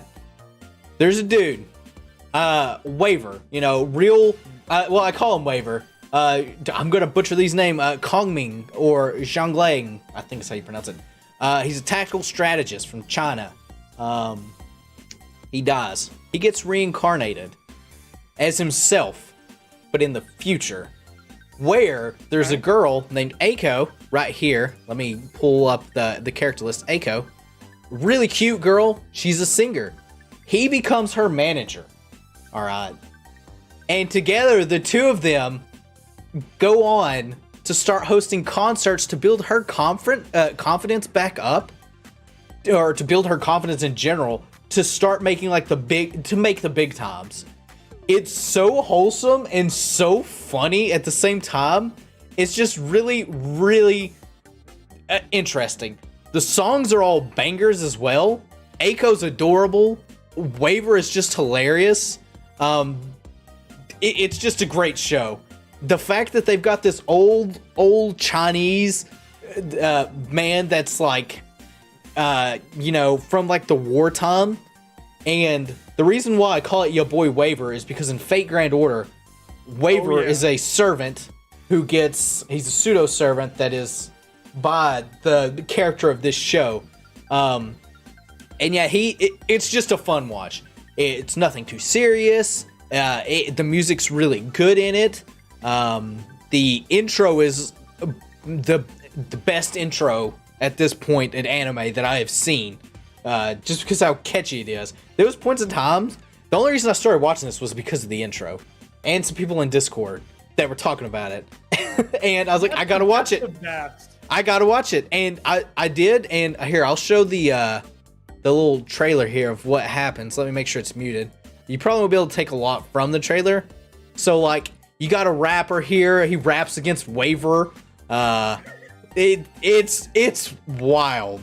I've seen a lot of people say a lot of good about this show, so I guess I'm gonna have to go ahead and check it out. But I've seen people say good things about this, and it's always fun when an anime can like really incorporate music and stuff like that, and like make it good. Yes. Like into a show. I'm gonna be talking a little bit about that with a show that came out this.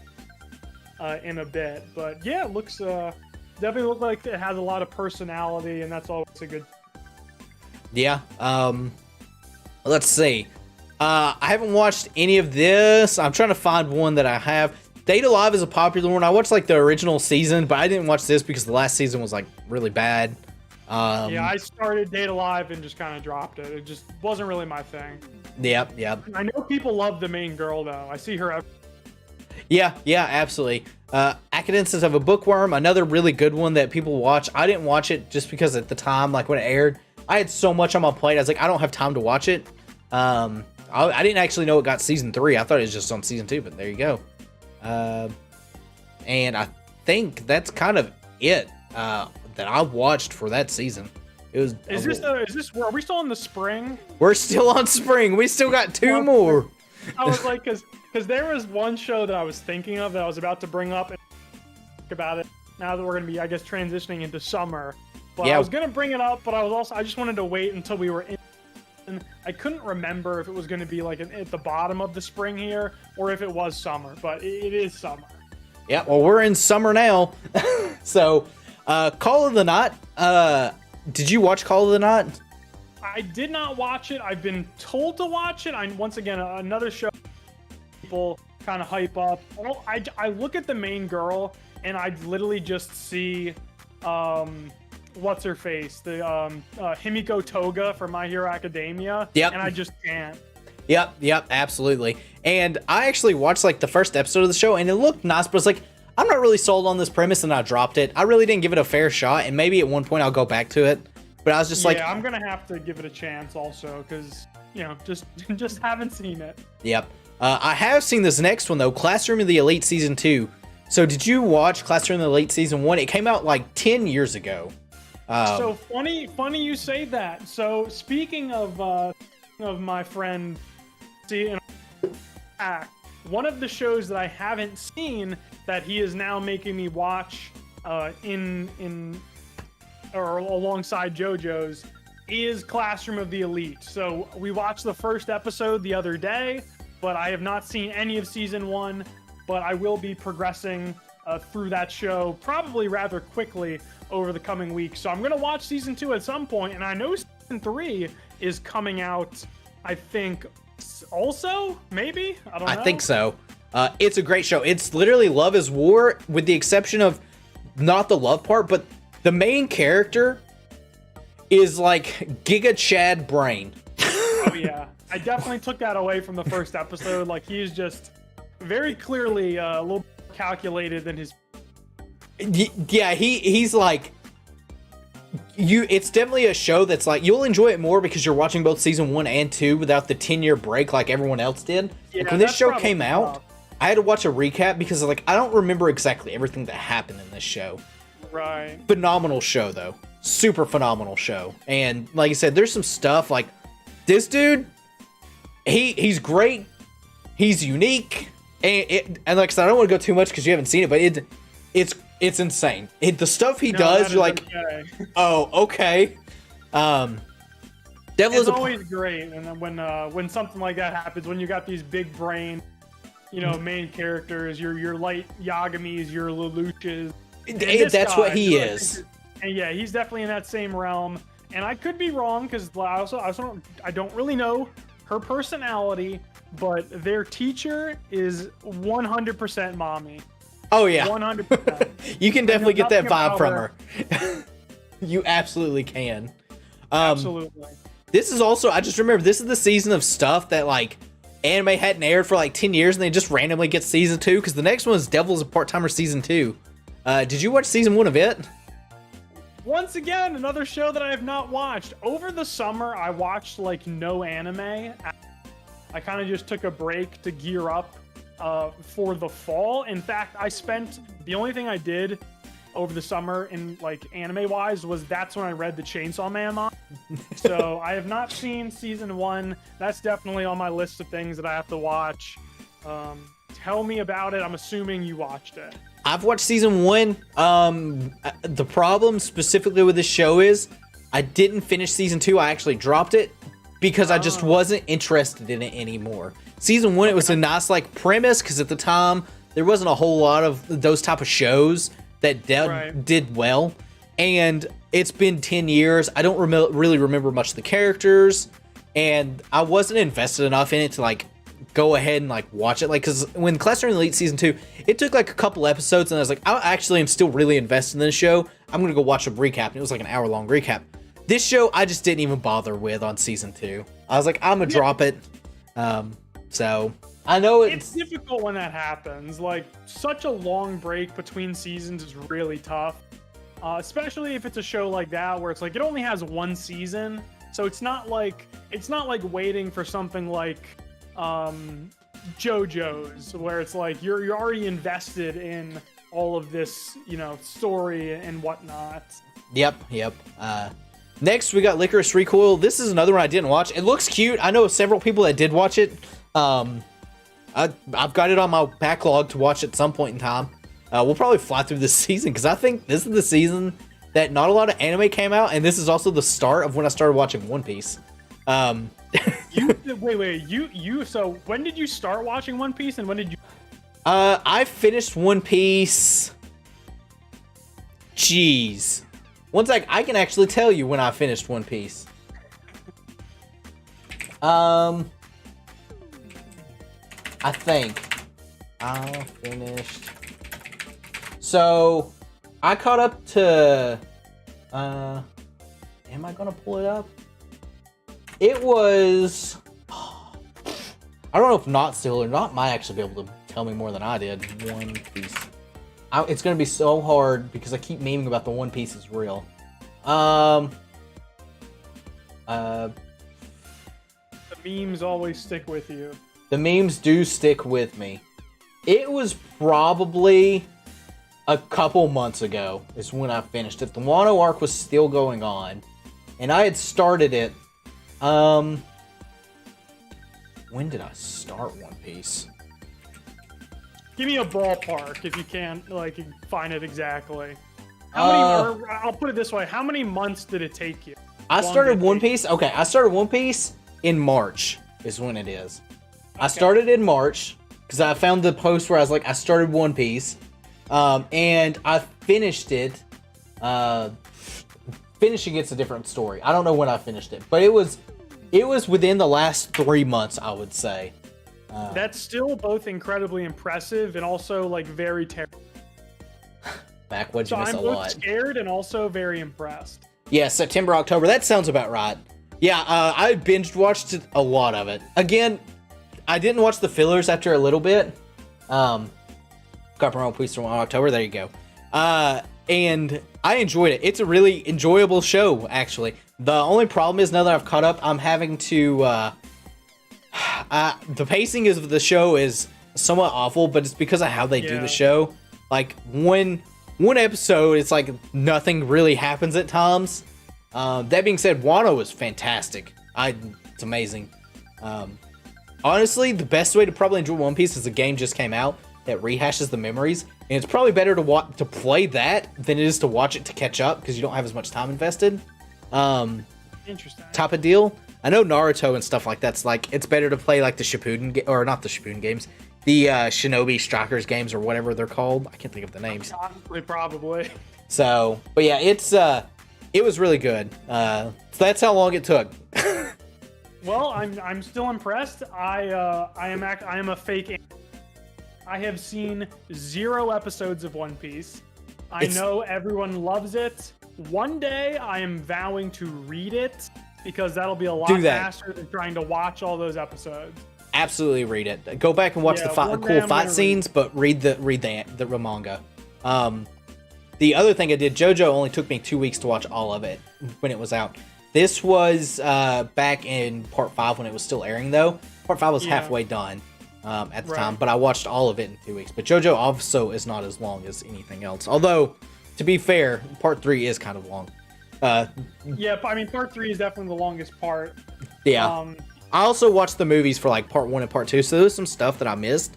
But I ended up going back and like rewatching the like episodes for 1 and 2 to see what I missed. R.I.P. Danny.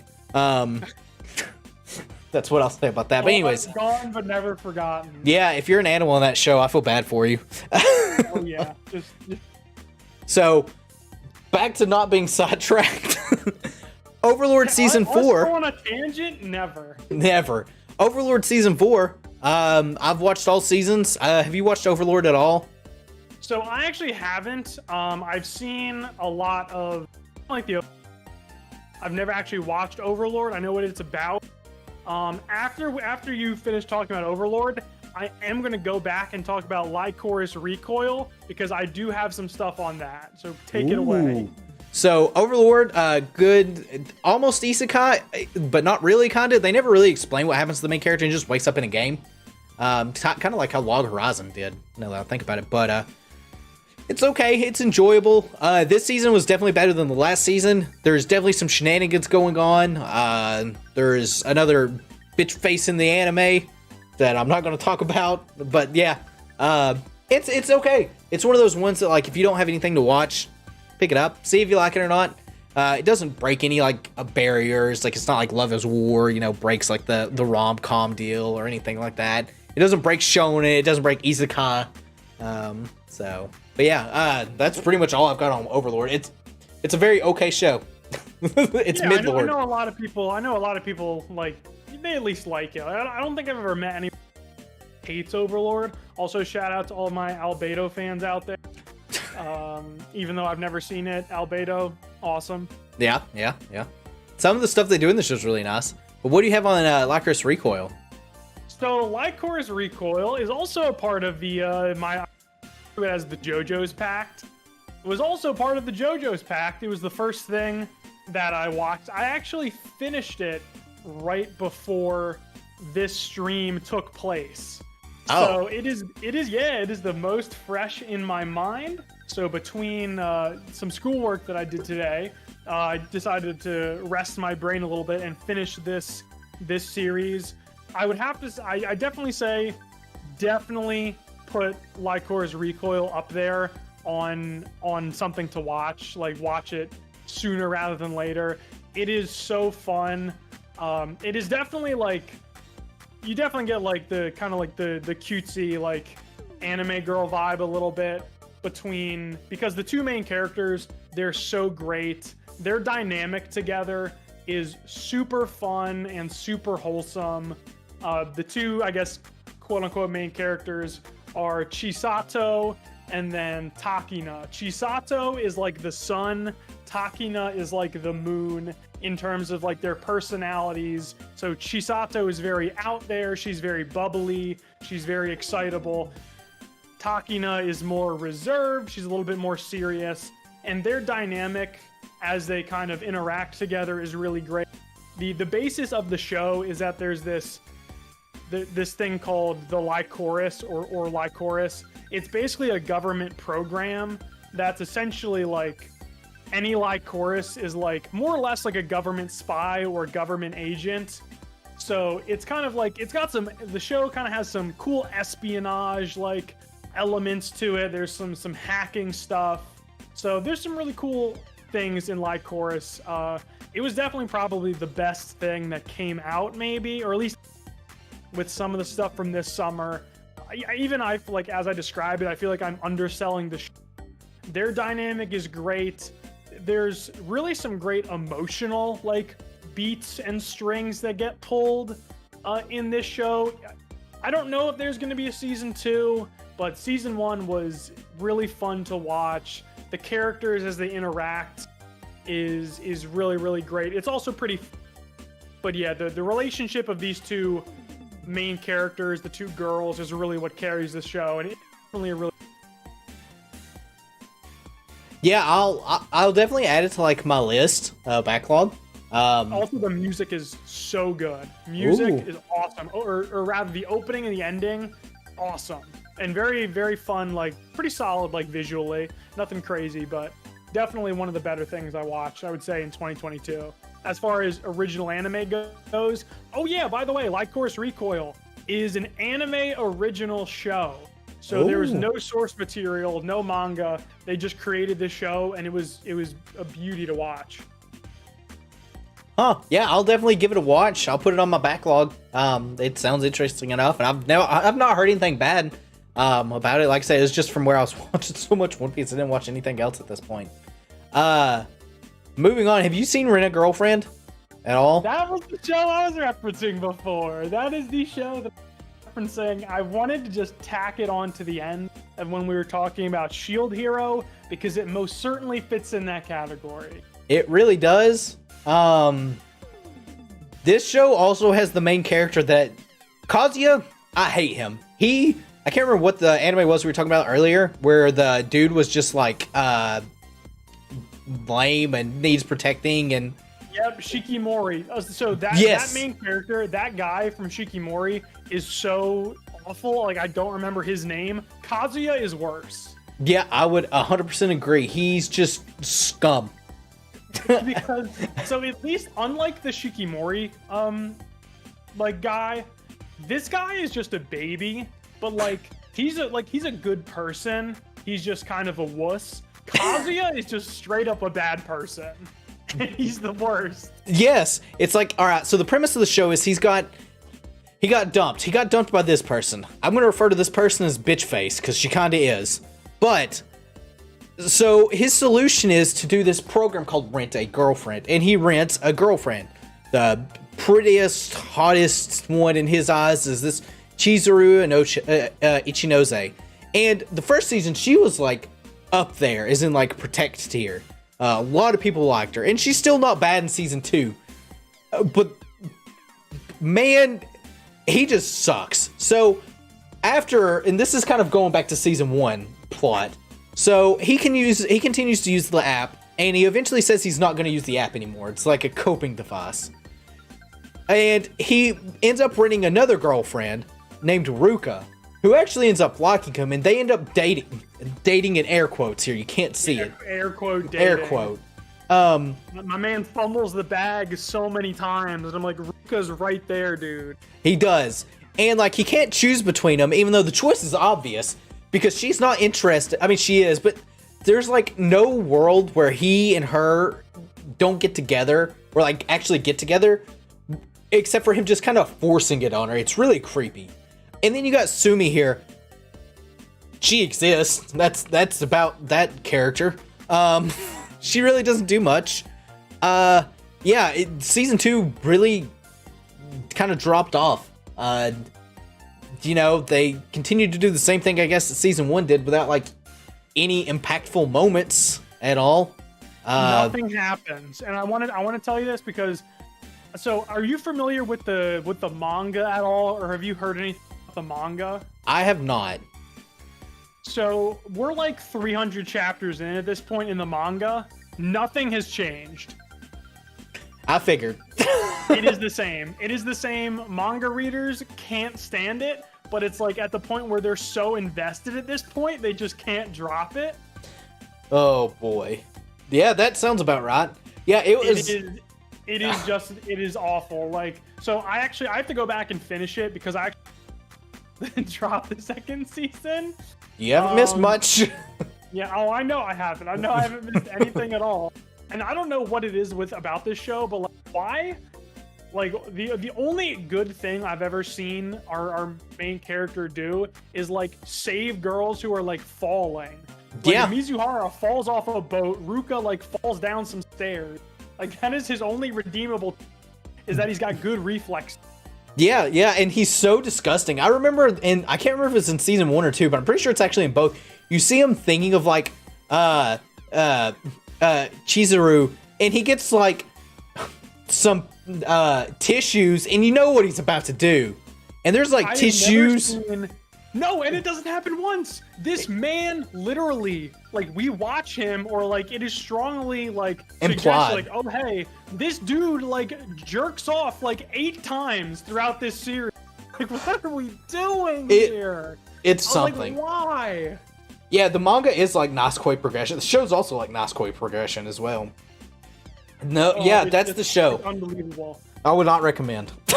Would not. Made in Abyss. Just because I'm going to try to speed things along, because we got a whole other season still. And you can argue that we might be talking the longest of the fall season too. Yeah, I know, because of what comes out. Did you watch Made in Abyss? I have not. I have not seen season 1. It's on my short list of things. I know. Once again, I know a lot of people like it. Good things about Made in Abyss. Gotta watch it. I watched season 1. I did not watch season 2. At the time, it was from where I was watching One Piece. And even when I watched season 1, I watched season 1 after it had aired, and it was one of those things where like the show was talked about so much and it was so hyped, I just couldn't do it. Yeah. So I ended up dropping it. Is it wrong to pick up girls in the dungeon? Have you seen that one? This is another show. It is like, it's literally going to be the show that I watch. Because once again, my friends have been on me for months now. That's like that I have to watch this. It is a show that goes up and down, for sure. Yeah, so I've heard like a lot of my friends really like it. I have not. It's good. The first season is really good. The first season is extremely good. It has one of the most like memorable fight scenes that you'll see in an anime. And season 2, it kinda drops a little bit. Season 3 is good, or maybe it's season 2 that's good and season 3 drops. One of those two kind of drops off a little bit. This latest season though, exceptionally good. It ended up getting split, so the second half of it's airing actually right now. Oh, really, okay. really good. All right, here's another one that I don't know if you've seen. Uncle from Another World. Have you seen it? It sounds ridiculous. I have not seen it. Let me explain the premise on this. Of course you've seen this. It's still going on. This anime is still going on. Oh my goodness. It first got delayed because of COVID, and then it turned out it wasn't COVID. It was like some kind of internal thing. And then they took another break for COVID.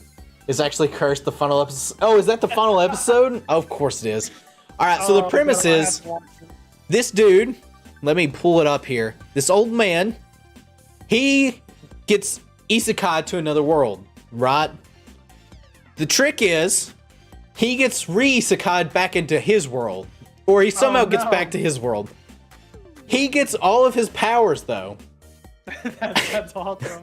And it's just the whole show is him and his nephew, which is let me pull up his nephew here. His nephew watch the events that take place in like random orders for the show, and you just get character insights. And his uncle loves the Sega. That's all I'm gonna say. His uncle loves Sega, and his life experience is the ultimate weeb life experience where everything comes to just games. He relates everything to a video game.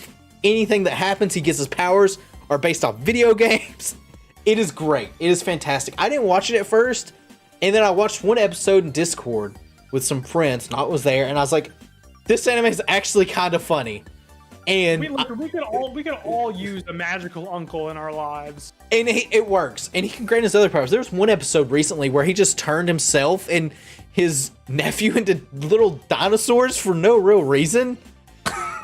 And it was great. Episode 1 is pretty hilarious. The entire show is hilarious. I would highly recommend it. He's got his own little harem going on, except he's so dumb and oblivious he doesn't realize it. He's like, when he got isekai'd, it was before the term tsundere happened, so he doesn't know what a tsundere is. He just thinks this chick's being really mean to him for no real reason. That's good. So it's insane. Oh, highly recommend it. They turn dinosaurs because spirits are mad at the nephew. Oh, that's right. That's exactly right. Rift, I'm glad you're here for that episode. There you go. They turned mad because the spirits were mad because the nephew was rude. And uncle turned into... There you go. The uncle turned into Dino for moral support. Excellent anime. Highly would recommend. My stepmom's daughter is my ex. I don't know. Didn't watch this. This reminds me of Domestic Girlfriend, but I did hear it wasn't as spicy, so I didn't watch it. I don't know if you've watched it or not.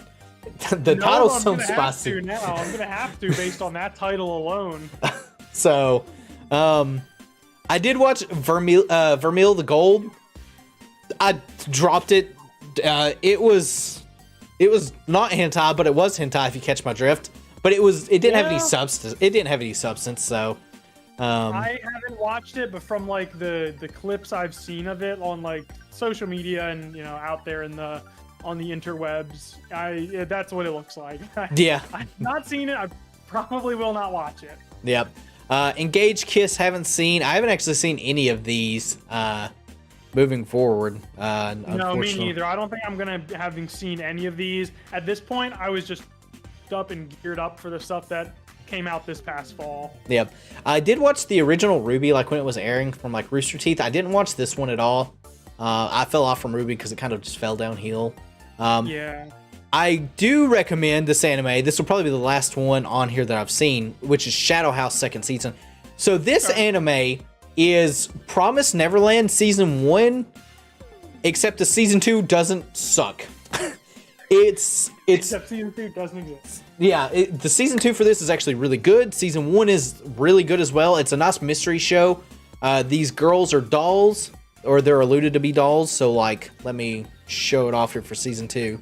So, kind of go back. So you have these characters here are called Soot, and each one of them gets a doll, and these dolls become their face.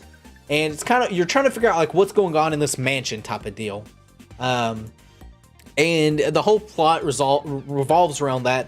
And in season 2, it involves around like one of these missing characters known as a star bearer, who kind of like oversee the house. It, like I said, it's really, really good, really enjoyable, and that's mystery. It was like one of the shows that came out, and I had no expectations. But I was like, it's probably gonna be, just okay, and we'll probably end up dropping it. And I ended up really, really liking it. It was really phenomenal. But yeah, I think. Oh, there's one more on here that I gotta talk about. Any other thing that you see on at this point? No, I don't believe so. All right. It's time for what I consider the best show of summer 2022. Dropkick My Devil X. This show... The bar was low. This show is such a meme that it is great. This show gets crowdfunded every season, and it involves around this girl. Her name is Joshine Chan. And yes, you have to say that's the other name for it as well. They're devils, so... Devil, devil, devil, devil. There's Medusa, devil. However, she loses to a chick named Urine, which is right here, the little pigtails. Goth. She's absolutely a chimboyo. She doesn't need the eye patch. She just wears it because she thinks it looks cool. And if you're looking here, you might be noticing Hatsune Miku in this one. They crowdfunded and got Hatsune Miku in this season. The episodes aren't long. Actually, no way. The episodes for the first season aren't long. They're like 12-minute episodes. This season, they were 20 minutes. It's just bat crap insane fun. It's just a really enjoyable show. The characters are all funny. They're unique. You're like, all right, this is hilarious. The whole point of the show is her trying to kill Urine, and she fails all the time. Let me, I'll pull up the little trailer here. We'll do what we have been doing. I'll like pause it and skip through it. So, you can see she gets, she's all innocent looking. However, she's not innocent at all. She's actually trying to use her signature move, which is called the Royal Copenhagen. Also, her other signature move is just drop kick, which is what's going on here. And she normally ends up getting punched, killed, chopped up. She's getting chopped in half here, and it does show her getting chopped in half. So yeah, it's a really, really enjoyable show. Would highly, highly recommend it. Highly, highly recommend it. Love girls in an eye patch. Yep, it's in there, and she completely wears it just because. Wait, what is this girl's name? Her name is Urine, is the one with the eye patch. Okay, who's the main character? Urine and Joshine Chan are technically the main character, the main duo. Is Joshine, isn't that the religion of Hiki? So this is like she's the almighty one that like a member of the Akatsuki is worshiping? Is what you're telling me? Yeah, you know, it very well might be. It very well might be. So the power of Joshine. It is phenomenal. It is phenomenal. If you haven't watched it, highly, highly recommend it. And it doesn't take long to watch either, because like say the first season, I think we're like 12-minute episodes. I think that's it on this season. There's a lot more on it that I obviously didn't watch, and we didn't watch either. So let's go to fall. Oh yeah, it's time to stretch. It's time to crack your knuckle. Yes, it is. I will say this year of anime was bookended so well. Winter 2022 was awesome, and the end, fall 2022, was even better. So like I feel like the bookends of this year were incredible. They really were. So we'll start with Chainsaw Man. This show, I was like, it's getting a lot of hype. I'm not gonna watch it, or I'm gonna have low expectations into it. Phenomenal show. I love Denji. I love Power. I love Denji's whole like backstory. Is just like, it's really depressing and everything like that. But his ultimate goal is just to cop a feel and to get laid. He's a man of the people. He is a man of the people. Power is hilarious. My favorite character on the show so far. Her IQ being -4 at this point. The personality is great. It's beautiful. The one complaint I've got with this show, and Mappa did a phenomenal job, is the first episode's CGI is kind of awkward at times. But it's only for a few like seconds even. It's not even that much. Other than that, it's great. A little weird. It's a little weird, but then the CGI like that they used later on felt a lot better to me. So I don't know if it was, I don't know what happened, but yeah, it absolutely, and it phenomenal. Like I said, I couldn't stop like enjoying it as much as I did. This was the show that I was like, I can't wait for it to air every like Wednesday or Tuesday, I think, for this one. Spy X Family Core 2. We already talked about Spy X Family. Great show if you haven't watched it. Blue Lock. Did you watch Blue Lock at all? So Blue Lock is one of the shows that I haven't watched from this season that I need to watch, because a lot of people are telling me, hey, you're gonna like this. But quickly on Chainsaw Man, I have to ask you, Power is amazing. I said before that I read the manga. I know I really got it. Like, this first season was hyped up like a ton. Mm-hmm. And I really enjoyed it. I thought their adaptation was really awesome. And I can confidently say that it only gets better going forward. So all of you people who are anime only on Chainsaw Man, there is so much just epicness and awesomeness coming. especially for season 2 with what they teased at the very end of the season. Season 2 is going to be an absolute. I honestly can't wait for it. Like I said, it was so good, and like I said, it was so hyped that I was worried about it, but it absolutely nailed it. Like everything that happened was like great. It was greatness. The characters, you're just gonna fall in love with the characters even more, especially Power. I mean, really, especially our the main trio. Yeah. I need to ask you this. What do you think of Kobani? I know she's carried about the memes. I asked, and Not was there. I asked Not, and another friend of ours was like, all right, so what's the hype with Kobani? And she did that really cool thing where she's like, I don't know what it was, but she can fight, apparently. Yeah. But like, I don't know how I feel about it. I hated her at first because like, man, she whines a lot, but then she does like cool stuff, and I'm like, all right, so she's cool? Question mark. I don't know. She was great. I'm not gonna spoil anything for anyone who hasn't read the manga, but like everything about her is so memey, and it's like so many, and it only gets better. Like she gets better both as a character, but especially because of the memes.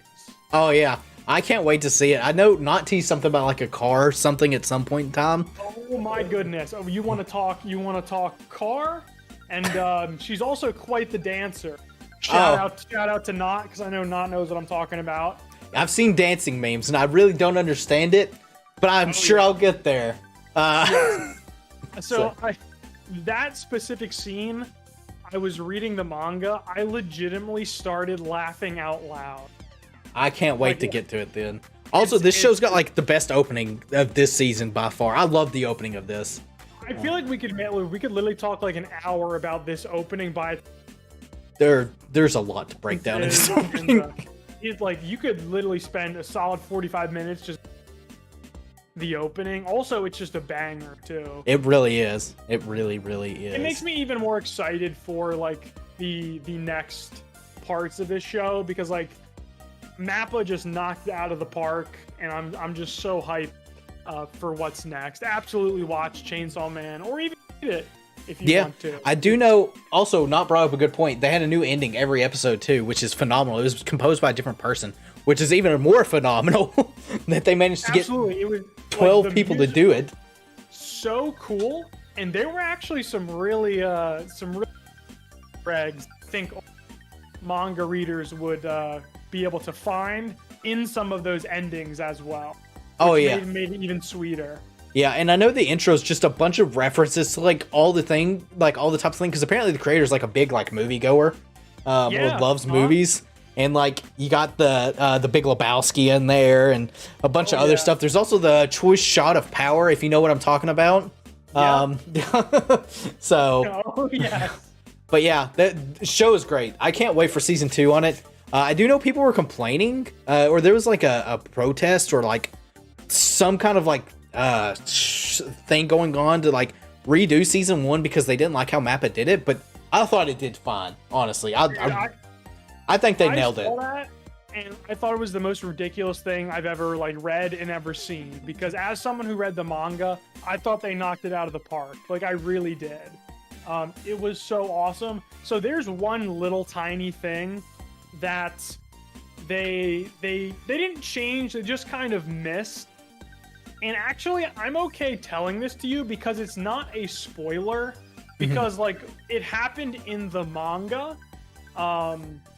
It had to do with Aki and the conversation he had with the Future Devil. I'm sure you recall that scene and how ridiculous the Future Devil is. Yep.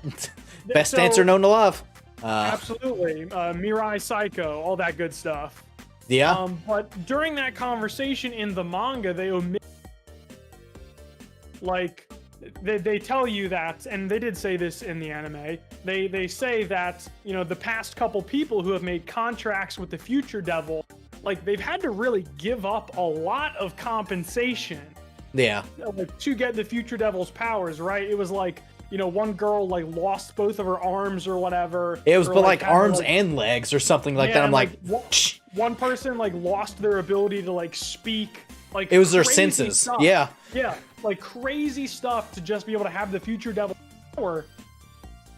And Aki then gets this contract because, you know, the future devil's like, I think he says in the context of the show, like, because, you know, it's stated that he's going to die, right? Because of, Yeah, he said your death is like awesome, and I want to he witness said, it. like, your death is awesome, like, or your death is going to rule. So that actually, like, that's not what it said in the manga. I don't know if it was a mistranslation or if it's something they want to just like wait on, or they decided to exclude it. So what they said, what he initially said is because you're going to die in the worst possible way. Oh, that's definitely different. Which I think is a weird omission, and it's very different. Yeah, So, and like that's not a spoiler in any way. But it's definitely like, two different takes on that term, though. Like those contracts. Super different. It's super different, and I think it's really important for like anime only people to get that, because I think it makes that scene a lot more powerful, and it's a completely different context. Yeah, like when I watched that and saw that, and he made that contract, I was like, oh, he's gonna die in some astronomically absurd way. Like, because I could take it as like, oh, it's gonna rule. It's gonna be something, because you think the devil's gonna laugh, because he would laugh at stupid deaths. Like, imagine walking out and like just getting hit by a car or something. To me, a devil would laugh, be like, oh, you're this really cool dude, a really strong dude, and you die by a car. Or like, you know, you got like the flu and died. Yep. So yeah, that's definitely a different take on it for sure. Absolutely. So, Blue Lock, you said you are going to watch it, right? Or have you watched I'm it? going to watch it. Please go ahead and explain away if you have seen it. I have not seen it. Well, that works out well then. So yeah, we're gonna just pass it. I know it's supposed to be really good. Mob Psycho 100. Have you seen Mob Psycho? Another show I have not watched. That's also, I feel like I've like said that about so many things already, but there was not. I just didn't watch much anime this year compared to years in the past. I've seen the first couple episodes of Mob Psycho, the first season. I just haven't kept going all the way. I know this was the Yeah, this season is the final season, and it was phenomenal. Like everything that they could have done, they did, and it was such nice storytelling, and it wrapped everything up in such a unique way that it's insane. It's rare that a show has like 3 seasons, and all 3 seasons are just hits. Like, you know, and the next we're going to get to is a prime example of one that does not do this. But like, season 1 aired, and it's phenomenal. Season 2 aired, phenomenal. And season 3 aired, still phenomenal. You know, for anyone that doesn't know, this guy, his name is Mob. He gets psychic powers. He works to exorcise demons with another person that has psychic powers, in air quotes, named Regan. And they go on a journey together. And it's, you know, one of those shows that's like, it starts here and it ends, and I feel like it's rare you see an anime end in general, because a lot of times they just get dropped from like, you know, time constraints, or manga artists will only like put 1 season on. But yeah, it's a fantastic. I couldn't recommend it enough. The way it ends is like such a heartwarming scene with like everything that happens, and Mob really grows as a person through like all the season, and really grows in this season. So absolutely a banger. Yeah, I've heard incredible things, like of the shows we've talked about that, like, oh, you know, this is Mob Psycho is definitely one of those where I'm really interested in watching it. And even though I started it and haven't finished it, it's not because I wasn't interested and I just dropped it. I just, for whatever reason, like I was watching with a friend at the time, like at their house, and I just haven't gotten around to watching it again. But from what I saw, at least in season 1, I thoroughly enjoyed it. So yeah, it's a definitely banger. I would absolutely recommend it for anyone. This is another anime. Well, I don't know if I could recommend it if someone's just getting into anime, just because of the art direction it goes. Might be a little off-putting for some. The storytelling, the characters, they're all lovable. It's great, just all in general. My Hero Academia. Have you seen My Hero Academia at all? I assume so, because it's, you know, a big shonen, but not everybody has seen Yeah, it. yeah, absolutely. I'm caught up as far as this season is concerned. I have not like gone past like in the manga like some other stuff I've read, but yes, I'm caught up on My Hero Academia. So this show, I watched the first 2 seasons in the period of 2 days. Oh my god. And I really, really enjoyed it. It was really, really good. Season 2 at the time hadn't finished, so that's why I caught up to it kind of like that. Yeah. That being said, the last season of the show was such a miss for me. I hated it. This season, Back on the Redemption arc has been hit after hit on episodes. I think last season, the biggest thing that took me out of it was like, they did that tournament arc to show off Deku's new power. And the tournament arc was really boring. It wasn't nearly as good as the tournament arc they just done the season before. And this season, while it is good, it still has some redeeming to do. I'm looking forward to finishing. Obviously, there's 25 episodes here, so it's still going on. So I don't know what exactly is happening, you know, or what will exactly happen, or what my thoughts are in general at the end of it. But from what I've seen so far, this season's been really good. I've enjoyed the chaos, if you will, and it's also an interesting show because I feel like I enjoy the villains in this show way more than I do the heroes. 100%. Well, I feel like one of the reasons why is because there's just so many heroes. So it's hard to like really dig like deep and like establish like really good have everyone involved. It's kind of like the Naruto issue like, over time into like Shippuden where characters, you know, they have their little mini arcs here and there. Then they're kind of just, you know, sitting on the sidelines more or less. Yep, absolutely, absolutely. But I think this show specifically, like, I completely agree. I didn't hate season 5 because I do think the end of season 5, the stuff with the like the kind of the creation of the liberation, and the dude who looks like Dr. Doofenshmirtz, like on steroids. Yeah, I thought that stuff was really cool with Shigaraki, but completely agree. The art, I thought it was gonna be really cool because obviously the first time they did a tournament arc in, I guess, season 2, I think. I think so. That was so minimalistic, like as far as tournament arcs go, but like they executed that one so well. And like, you know, Todoroki versus Deku, even Bakugo versus Ochako. And so like I was hyped for the Class A versus Class B, but yeah, it was just boring. I couldn't wait for it to be over. And so I put off watching the end of season 5 for a long time. But when I watched it, I was glad I did it. And this season has definitely kind of, like you said, gotten that redemption for the series. I think My Hero Academia really needed its stakes upped. And I really feel like we've gotten that. We definitely have. Yeah, like we have very much gotten that with the start of this. And based upon kind of my general, I feel like that's going to keep. And I think that's really good for the show because it really needs a heightened sense of drama, and like we needed some stakes raised is what we need. Yep, and like I said, we definitely did. I'm not gonna go too much of it, but like the season 6, there's already been characters been killed off. There's been some twists. There's been bloodshed. There's definitely been aftermath, and that's something. There's been some ramifications, and that's what you need. You need, and like I'm very happy in the direction that they're. I'm very excited.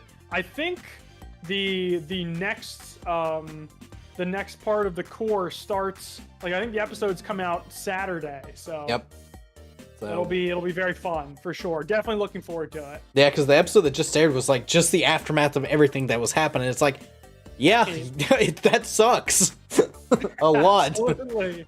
So I wasn't a fan of the one thing that the last episode did is it had a really long recap episode of the season, and I don't know why they did that. Mainly just because it would be one thing if it was like a break, but they hadn't had a break yet. It's been continuous. So, but anyway, other than that, this season's been really good. Yep. Bleach, Bleck, as I like to call it occasionally. Have you watched Bleach? Once again, I'm a fake anime fan. I have not seen an episode. I've seen like Bleach. But once again, my friend JC swears by it. He's shown me some clips, and the animation looks beautiful. It looks incredibly hype. Ichigo's a badass. Please just go into it. All right. So I recently rewatched all of Bleach. So my roommate had not watched Bleach at all, so we ended up rewatching it. That's fun. So, because like I said, we go through and rewatch an anime and binge watch it at times. And after we finished One Piece, Bleach was the last one of the big three to watch. So we're like, all right. I was like, yeah, I'll rewatch it because Thousand Year Blood arc's going on. So Bleach, this season was such a good one from the utter garbage that is known as the Fullbringer arc. So Bleach doesn't actually have that many arcs. You have the Soul Society arc, you have the Arankar / Hueco Mundo arc, and then you have the Fullbringer and then the Thousand Year Blood arc. So there's only 4 like major arcs, but those arcs are divided up into like minor parts. Okay. So Bleach is really good up until there's some odd stuff in Hueco Mundo. The problem with the original bits of Bleach is the pacing is off, but I do believe it's because the manga was still being worked on. It has the One Piece effect type of deal where they have to like stretch some stuff out, and the Goku like I'll scream for 4 episodes. The Thousand Year Blood arc gets rid of all that. The animation is so clean and crisp. The music in Bleach has always been really, really good. Oh yes, I'm familiar with the music in Bleach. The Thousand Year Blood animation's clean. The stuff that's happening is so good. There's so many plot twists. Like, you get introduced to this character, and you're like, back way earlier, probably when Ichigo. Well, definitely when Ichigo was in the. Actually, it might have been even before then. I think it was when he was training, like back probably in pre-episode 50. And you learn something about this character in this arc, and this arc ties together so many little things to make things make sense, specifically like backstories for characters. Like, why does this character have this power? What really transpired with this? And then there's like some mind-blowing stuff that gets revealed. Like, there's this character like, I can't believe that happened. And there's several of those. And fun fact, there's an episode in this that is considered the high. Last I looked, it was like the highest rated episode to date, which is when the head captain fights the main bad guy, and that fight is probably on tier with Ufotable animation with how beautiful it looks, which is saying something. I think I've seen clips of that, and it looks incredible. Like, you see this man who hasn't been able to do anything like most of the seasons, and he finally does something, and he's badass while doing it. And you're like, all right, that's his power. It's like he quadruples what you expect. And you'll understand what I mean by quadruple if you watch it, compared to like everyone else. There's a reason I'm throwing the number 4 in there. You got your cardinal directions and whatnot. But yeah, if nothing else, watch all of Bleach just to watch the Thousand Year Blood arc, because it's great. Skip the fillers though. No, like Bleach, I definitely want to. How many episodes is Bleach, would you say, about like not including filler? Not including filler, I think it's 300. Okay, that's not bad at all, actually. It actually might be less than that. 1 second, you guys are about to not see my Crunchyroll list. That's very doable, though. I definitely feel like, as far as some of the longer shonen, especially as the big 3 is considered, easily the shortest one. It is the shortest one. And Ichigo is just awesome, so like I gotta watch. 202 episodes minus the Thousand Year Blood arc. Wow. Okay, but still, okay, yeah, okay. I'm watching Bleach. It's settled. It's so good. If only watch it just for the Thousand Year Blood arc. It's so good. All right, settled. Eminence in Shadow. Have you watched it? Probably not. I don't think so. This show is great. I'm gonna try to move through because we only got like 30 minutes and we still haven't even covered the big one. So this show's premise is a guy who wants to be reincarnated, and he doesn't want to be a main character. He wants to be a side character.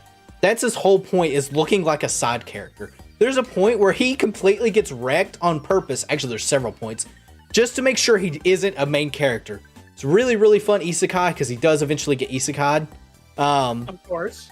Although I have a speculation, and I don't know if this is really the case. I think that he really didn't get isekai, and everything that's happening currently is just in his mind because he does get hit with Truck-kun, the rare return. Oh, you gotta love it when someone goes toe to toe with Truck-kun. Yep, and it's just a really great show. Bocchi the Rock. Have you watched it at all? I haven't watched it, so I know it's really good. I know you were referring to Stone Ocean when you said we big one to talk about, but in my mind, you are referring to Bocchi the Rock. I have not seen this anime, and I know it is a crime. This anime is amazing. With all of the amazing stuff that came out this fall, this might be my anime of the season, which sounds blasphemous, but that's exactly how good Bocchi the Rock was. I'm gonna try to not go on as long of a... But Bocchi the Rock is amazing. Its premise is like superficially, it is basically it's similar to K-On!, right? It's girls in a band, but that's really where the comparison to a show like K-On! Stops, because it's such a relatable show. The main character, Bocchi-chan, she has crippling like anxiety, and she is so bad and awkward when it comes to social situations, but she has this little like YouTube channel where she like plays the guitar. She's a really good guitar player, and she ends up meeting these girls, their band. She's kind of more or less strong-armed into doing so because she's so incredibly shy, and like literally any social situation she like freaks out. And the story is about them as a band, and that sounds like very simplistic, and it's very like cutesy anime wholesome vibes to it, but there's also like a lot of complexity within the characters, and the interactions between the characters is, once again, the dynamics in their relationship really carry the show.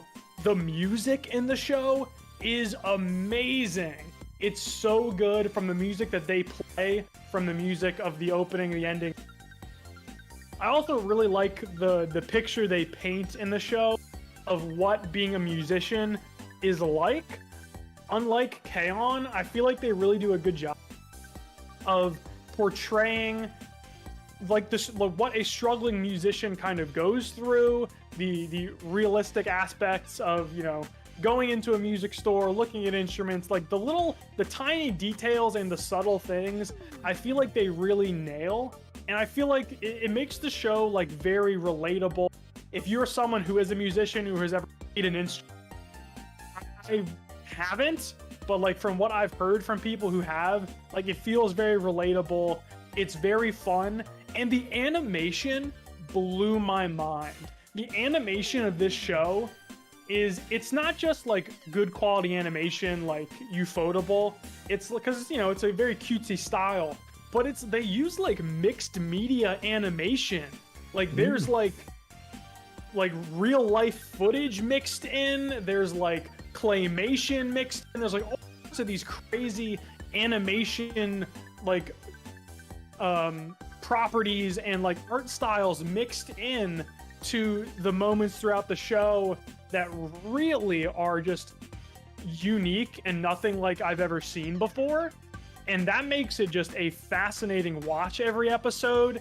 And of course, like, you know, Bocchi freaks out like every episode, as she does, because she has this crippling social anxiety. So I think for a lot of people, I think a lot of people will find that relatable. Each of the girls of the band, of the four girls, they kind of have their own insecurities and things that they are dealing with on their own. And their interactions are just super sweet and wholesome. And from the moment you see Bocchi, you just want to root for her, and that makes it a lot of fun. It is a great show. I can't recommend it enough. Super fun, super smart, super unique, and it's so much more than just like it's just girls in a band. I'll have to add it to the list. The only thing I know is I've seen the picture or like the gif of like her screaming at the top Yes. of her lungs is like she's being electrocuted or whatever it is. Yes. And what's crazy about that? Like the scream you hear in the anime, it's crazy. It's like her voice being like distorted. It almost sounds like her voice, like the vocal are being electrocuted, and it's unreal because that was not modified. It was a sound that the voice actress actually made herself without any special, and it's insane. Yeah, I've heard that it was like her own voice. I'm like, oh, okay. I don't know if that's healthy or not. So Absolutely.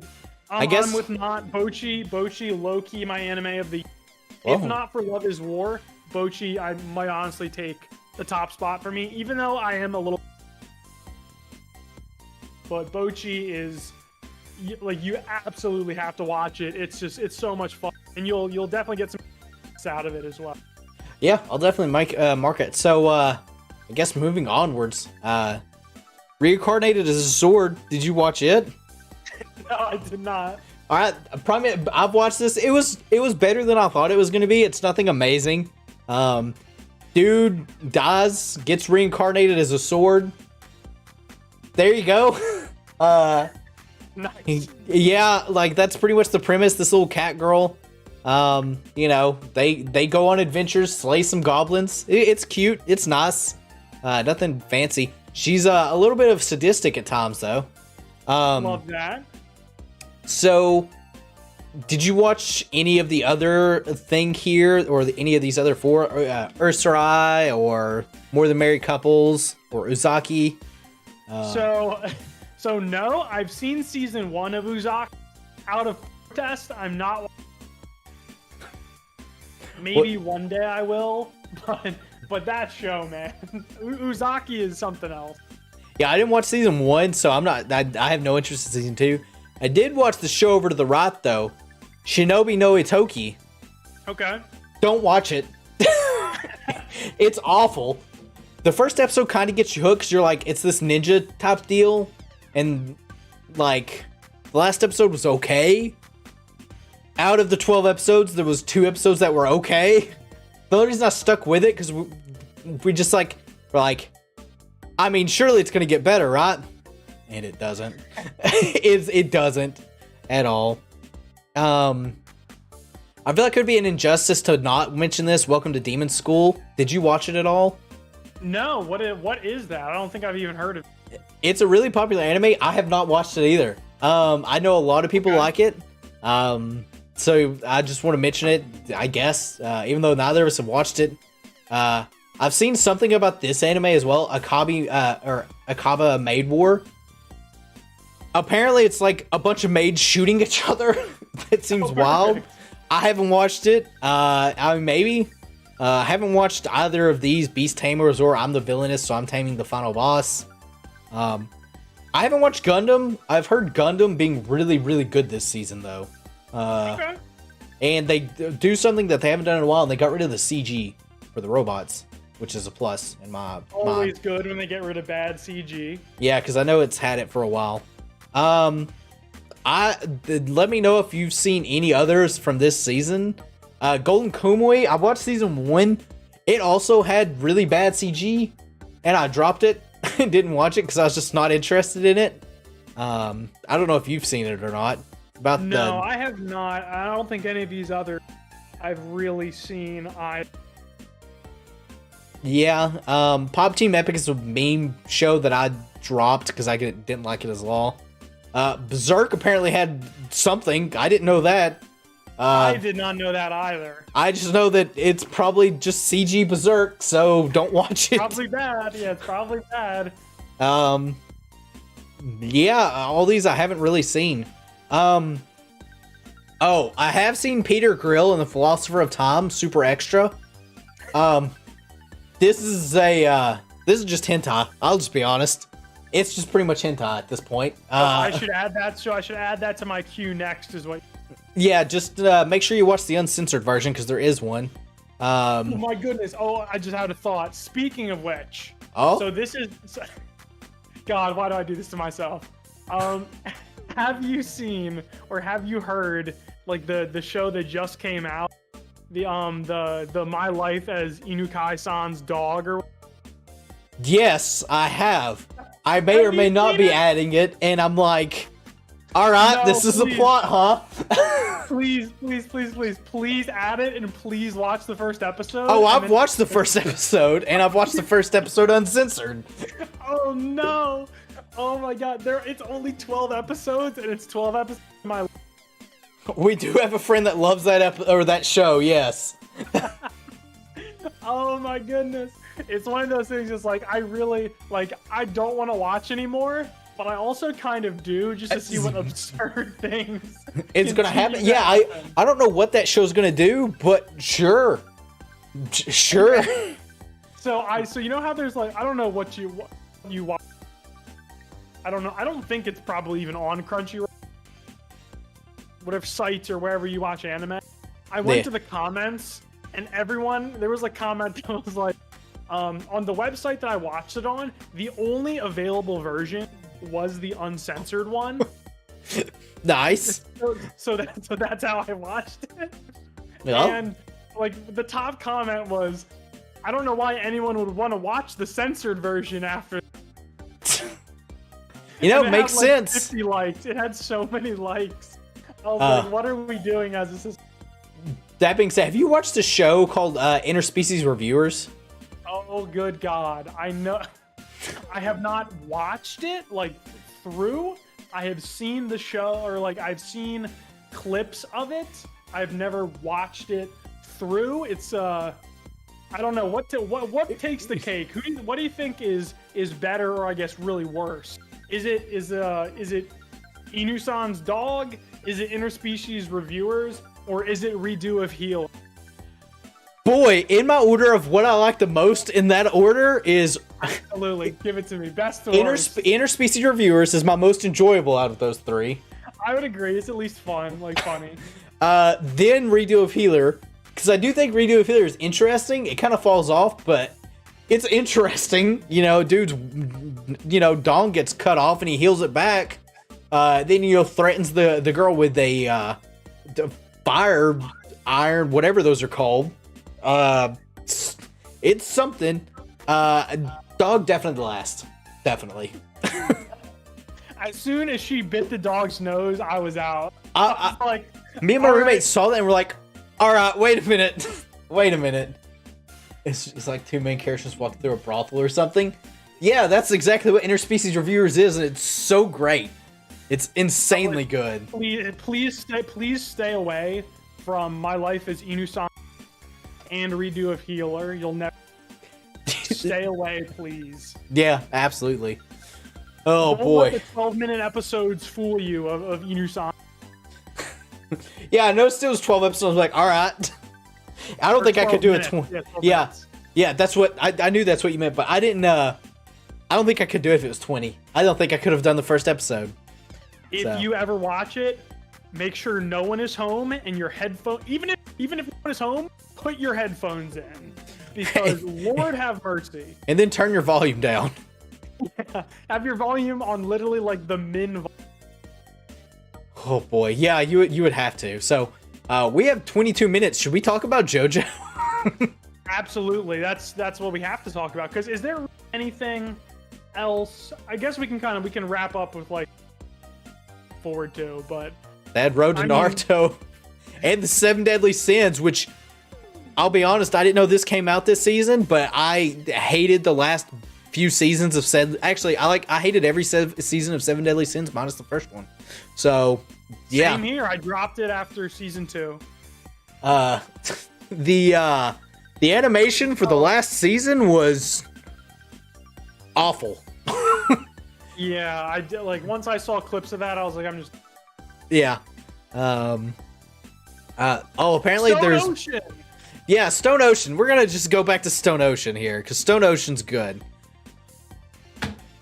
JoJo, where do you even start? If you haven't watched JoJo, go watch JoJo. It's a wild ride of everything. Every season is a different genre, pretty much. This one's a Prison Break. JoJo's is just it's the most unique experience I think you'll ever have. anime. Yes. Like I'm definitely gonna avoid spoilers with Stone Ocean, because if you're not like a hardcore JoJo's fan, then you probably, I mean, you might not have even seen the first couple seasons, let alone you definitely haven't seen Stone Ocean if you're not a JoJo's fan. But what do you think of Jolene? I actually really, really like Jolene as a character. However, I feel like Stone Ocean was almost weaker on one of the weaker parts of JoJo. I know that's a hot take, a very hot take. So I've heard that. I've heard that before, and I really like Jolene too. I think she is a great JoJo. I think part 6. I think it's a good JoJo part. I think the problem with part 6. So JoJo's is another thing that I've read. I actually, when the first part of Stone Ocean came out, once I knew we were gonna have this big delay until the next part came out, I actually finished Stone Ocean by reading the manga. And then I started reading. I'm halfway through part 7 right now, actually. I can't wait for anime for part 7. Have you read part 7 or seen, stuff I haven't seen 7? anything. I know that they introduced something called like spins, and Dio's like a dinosaur or something, I think. I'm halfway through, and part 7 is already my favorite JoJo's part. Ooh. So part 4 is mine, so I can't wait. Part 4 is awesome. That's actually a really good choice. I like part 4 a lot, and we could literally dedicate a whole just talking about each part of JoJo's. Which you really could. Like, please watch JoJo's. Please watch JoJo's. Part 7's amazing, and I feel like I've seen this like online, or people have said this, where it's like people speed run part 6 just to get to part 7, and I think that makes a lot of people who do that, like, part 6 goes underappreciated. It's not my favorite part, but I really enjoyed part 6, and I think Jolene is awesome. I love that we had like an all, with the exception of a couple side characters. I thought they were pretty strong. I really love Foo Fighters. I think Foo Fighters is awesome. And yeah, Jolene's amazing. Like, I think her progression in Stone Ocean, from being like kind of a stuck-up, like, scared little girl more or less, to really becoming like her own character, really being a strong and courageous heroine, I think is a really awesome progression, and it really makes part 6 great, seeing Jolene's progression into a hero, and fulfilling that Joestar destiny. Yeah, absolutely. So my problem is I feel like the cast for part 6 was slightly weaker than the other cast. Foo Fighters was okay. I liked Weather Report. I liked some of the twists that was involved with Weather Report. 100%.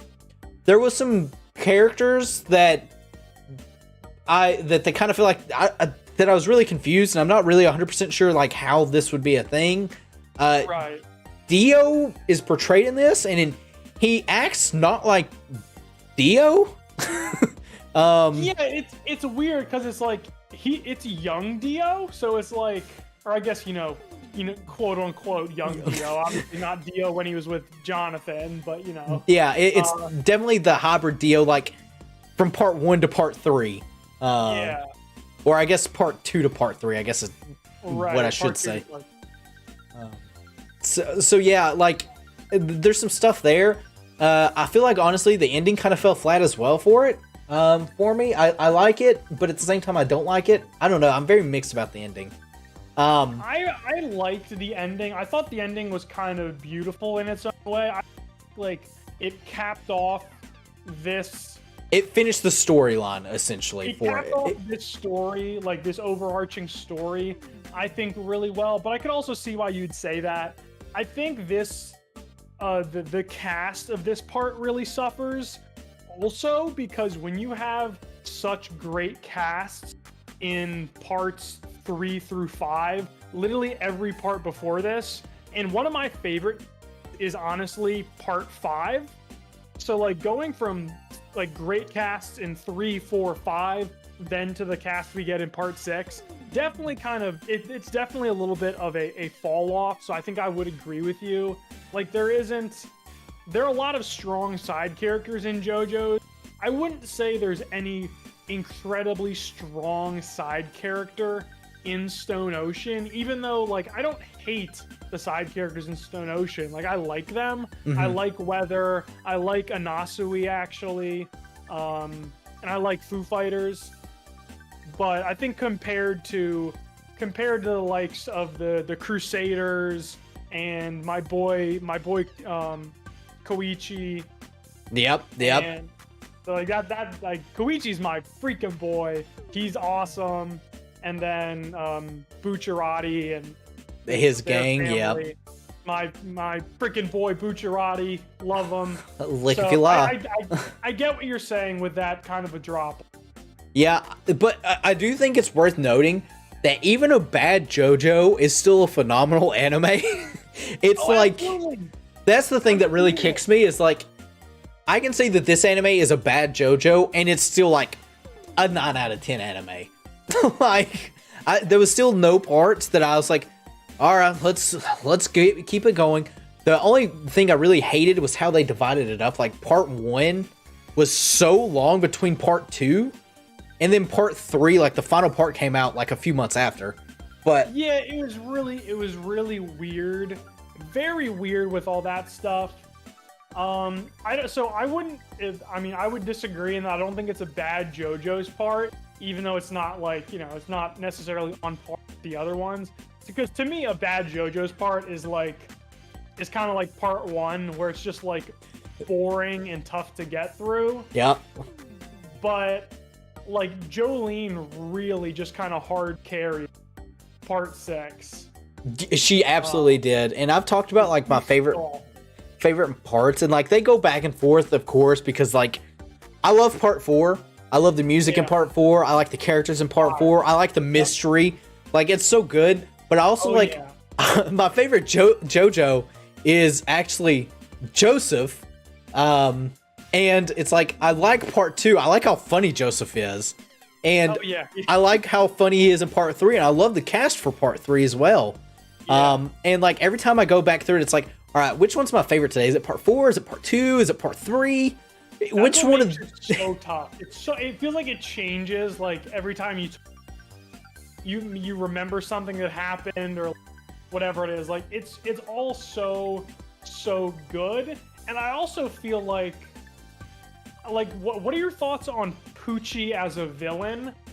I like Poochie, and I think his stand, maybe stands plural, maybe if you haven't watched. But I think his stand and powers are really cool. Like I think they're really sick. But I don't think he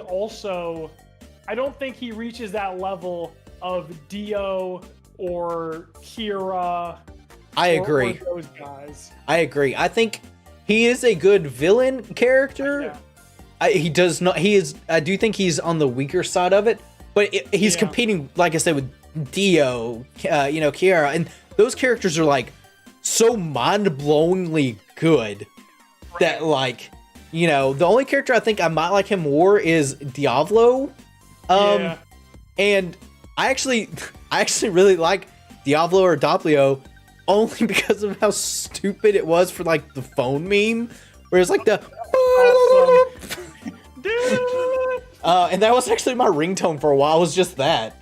That's actually hilarious. That's really funny. So, but like I started JoJo at part 5. Like I didn't start at part 5. So I watched part 1, but part 5 specifically, this got me hooked. I've got it pulled up here and muted. And it's the torture dance, and I'm gonna let it play here. Shout outs to DJ Uncle here for having this in here. And I watched this, and my first thought was, what? Oh, it's like kind of cut off. Oh no, it's not. It's not cut off. I'm like, what the is going on here? Cause like, there's not words to describe what I am watching at this point in time. This is just quintessential JoJo's, is what it really is. I saw this and I'm like, I gotta watch JoJo's now. And like it's the most ridiculous thing you'll ever see, and you just don't question. Yeah, it's JoJo's. practice this dance together? I would hope so. I feel like they have to. I'm not gonna watch. Oh, there's only a couple more seconds of it, but yeah, like, okay, that's the end of the dance. But yeah, it's such a like unique thing that they did there that got me hooked. And even though part 5 is another one of those parts where it's like on the lower end of the spectrum for me, I love the characters from part 5, and I think that's definitely like one reason why I don't think 6 is better than 5. I think if I have to give it an order, and this is probably going to change again. Oh yeah. Yeah, I think it's like 4, 3, 2, 5, 6, 1 is probably my order at this point in time. Okay, interesting. So I think I would say I'm also going to ask you to order your JoJo. But what I will say, for at least for me, I think I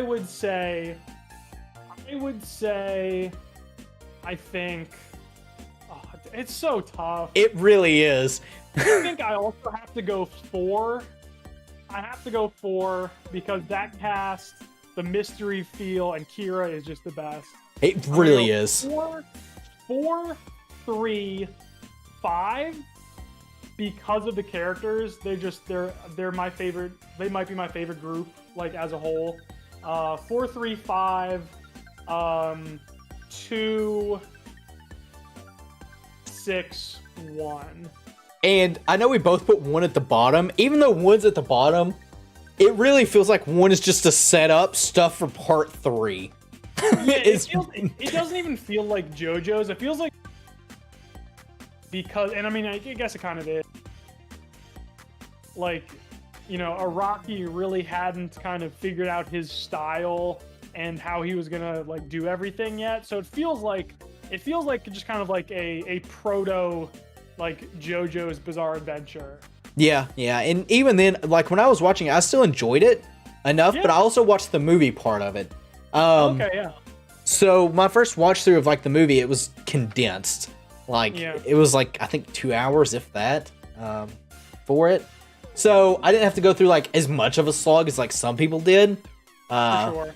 But yeah, it's definitely the weaker end. But yeah, just kind of going back to 6, I do like Jolene.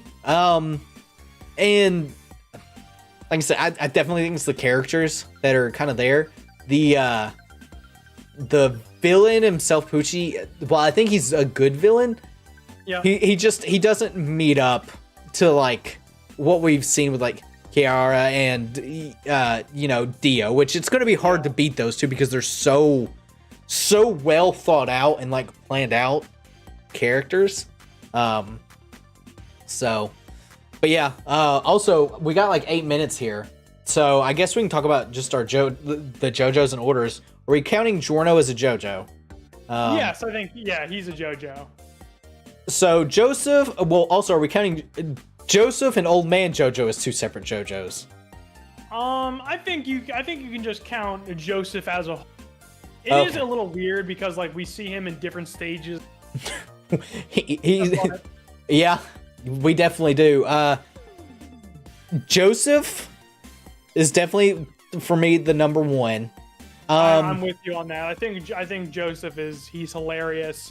I think all the JoJos are good. I think he is very clearly the best. Yeah.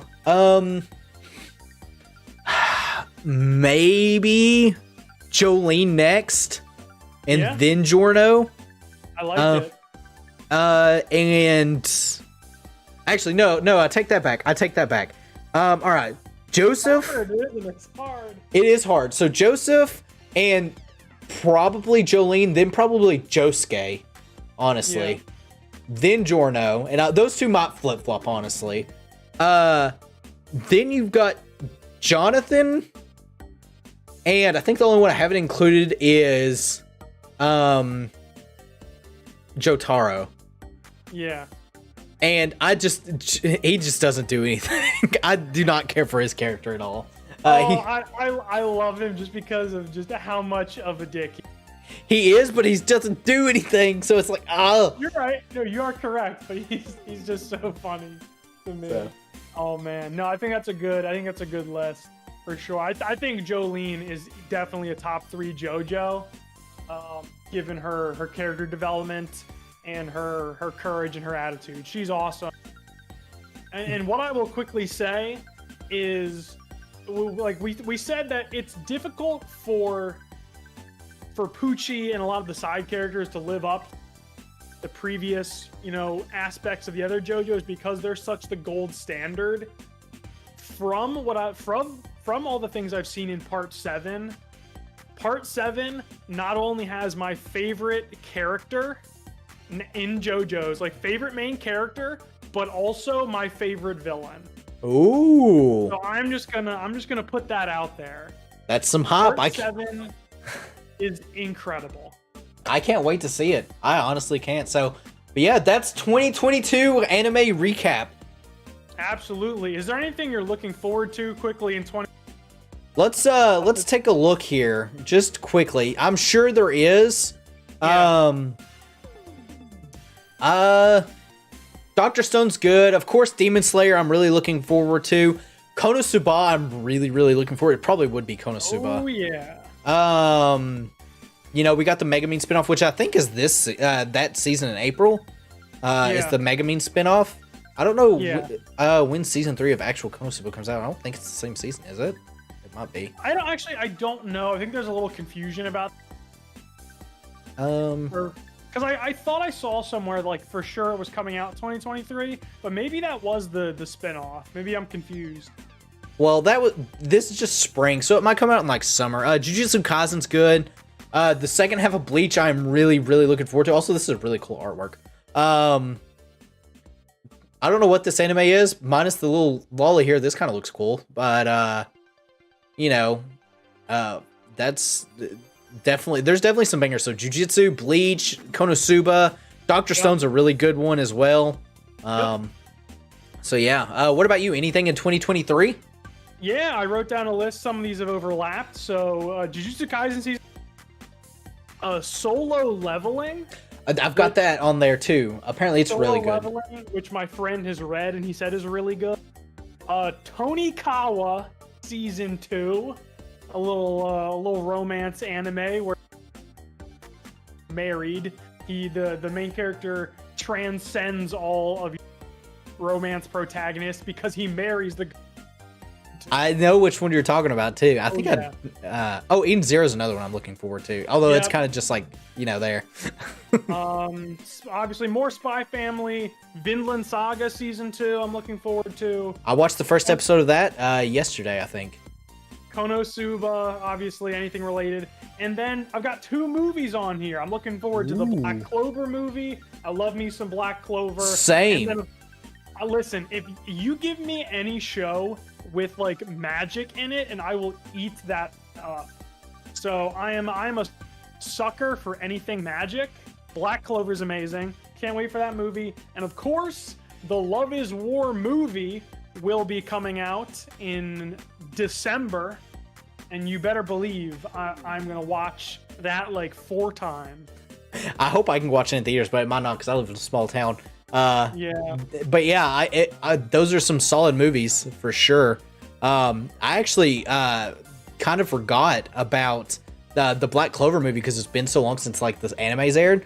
Black Clover was an anime, like the first couple episodes, I was like, it's kind of just, your generic, like, action shonen type thing. But oh yeah, it is really good, and the animation knocks it out of the park. On like when it wants to be like a good anime, it knocks it out of the park.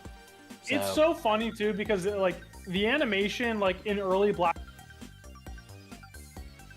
And then I don't know what happened. I don't know if they just if they stole some of the Boruto budget or like all of a sudden because they're made. Oh. All of a sudden, I see people everywhere like, stop putting out Boruto, put out more Black Clover instead. Boruto is awful. But yeah, they're like you said, when they want to, like the animation definitely spiked later on. And when they if they choose to, they can put out some banger fight sequences and some really cool stuff. So for that reason, can't wait for the movie. Gonna be really cool. Yeah, absolutely. So yeah, we're pretty much at time. Everyone, don't forget, if you guys are watching this on the VOD or if you're watching it live, make sure to check out Sock's channel. It'll be in the description of this video for the people that are watching it live. It is pinned and still in the description. Make sure you leave a like. Let us know what your guys' favorite anime of 2022 is. Put it down in the comments. And why your favorite anime is Love is War. Exactly. Some really good stuff. Socks, thank you so much for being on the this podcast anime review. I really don't know what I'd call it, but yeah, I would love to do this again at some point in time with, 2023 or whenever we can get a chance to it. So I'm actually really happy we took up the full 3 hours because I was worried we might not too, but that's what happens when you get two weebs talking about anime. Absolutely. Thank you so much for having me. Yeah, Certainly a blast, and we'll definitely get back after it sooner rather than later. yeah, absolutely. So with that being said, goodbye everyone. Peace.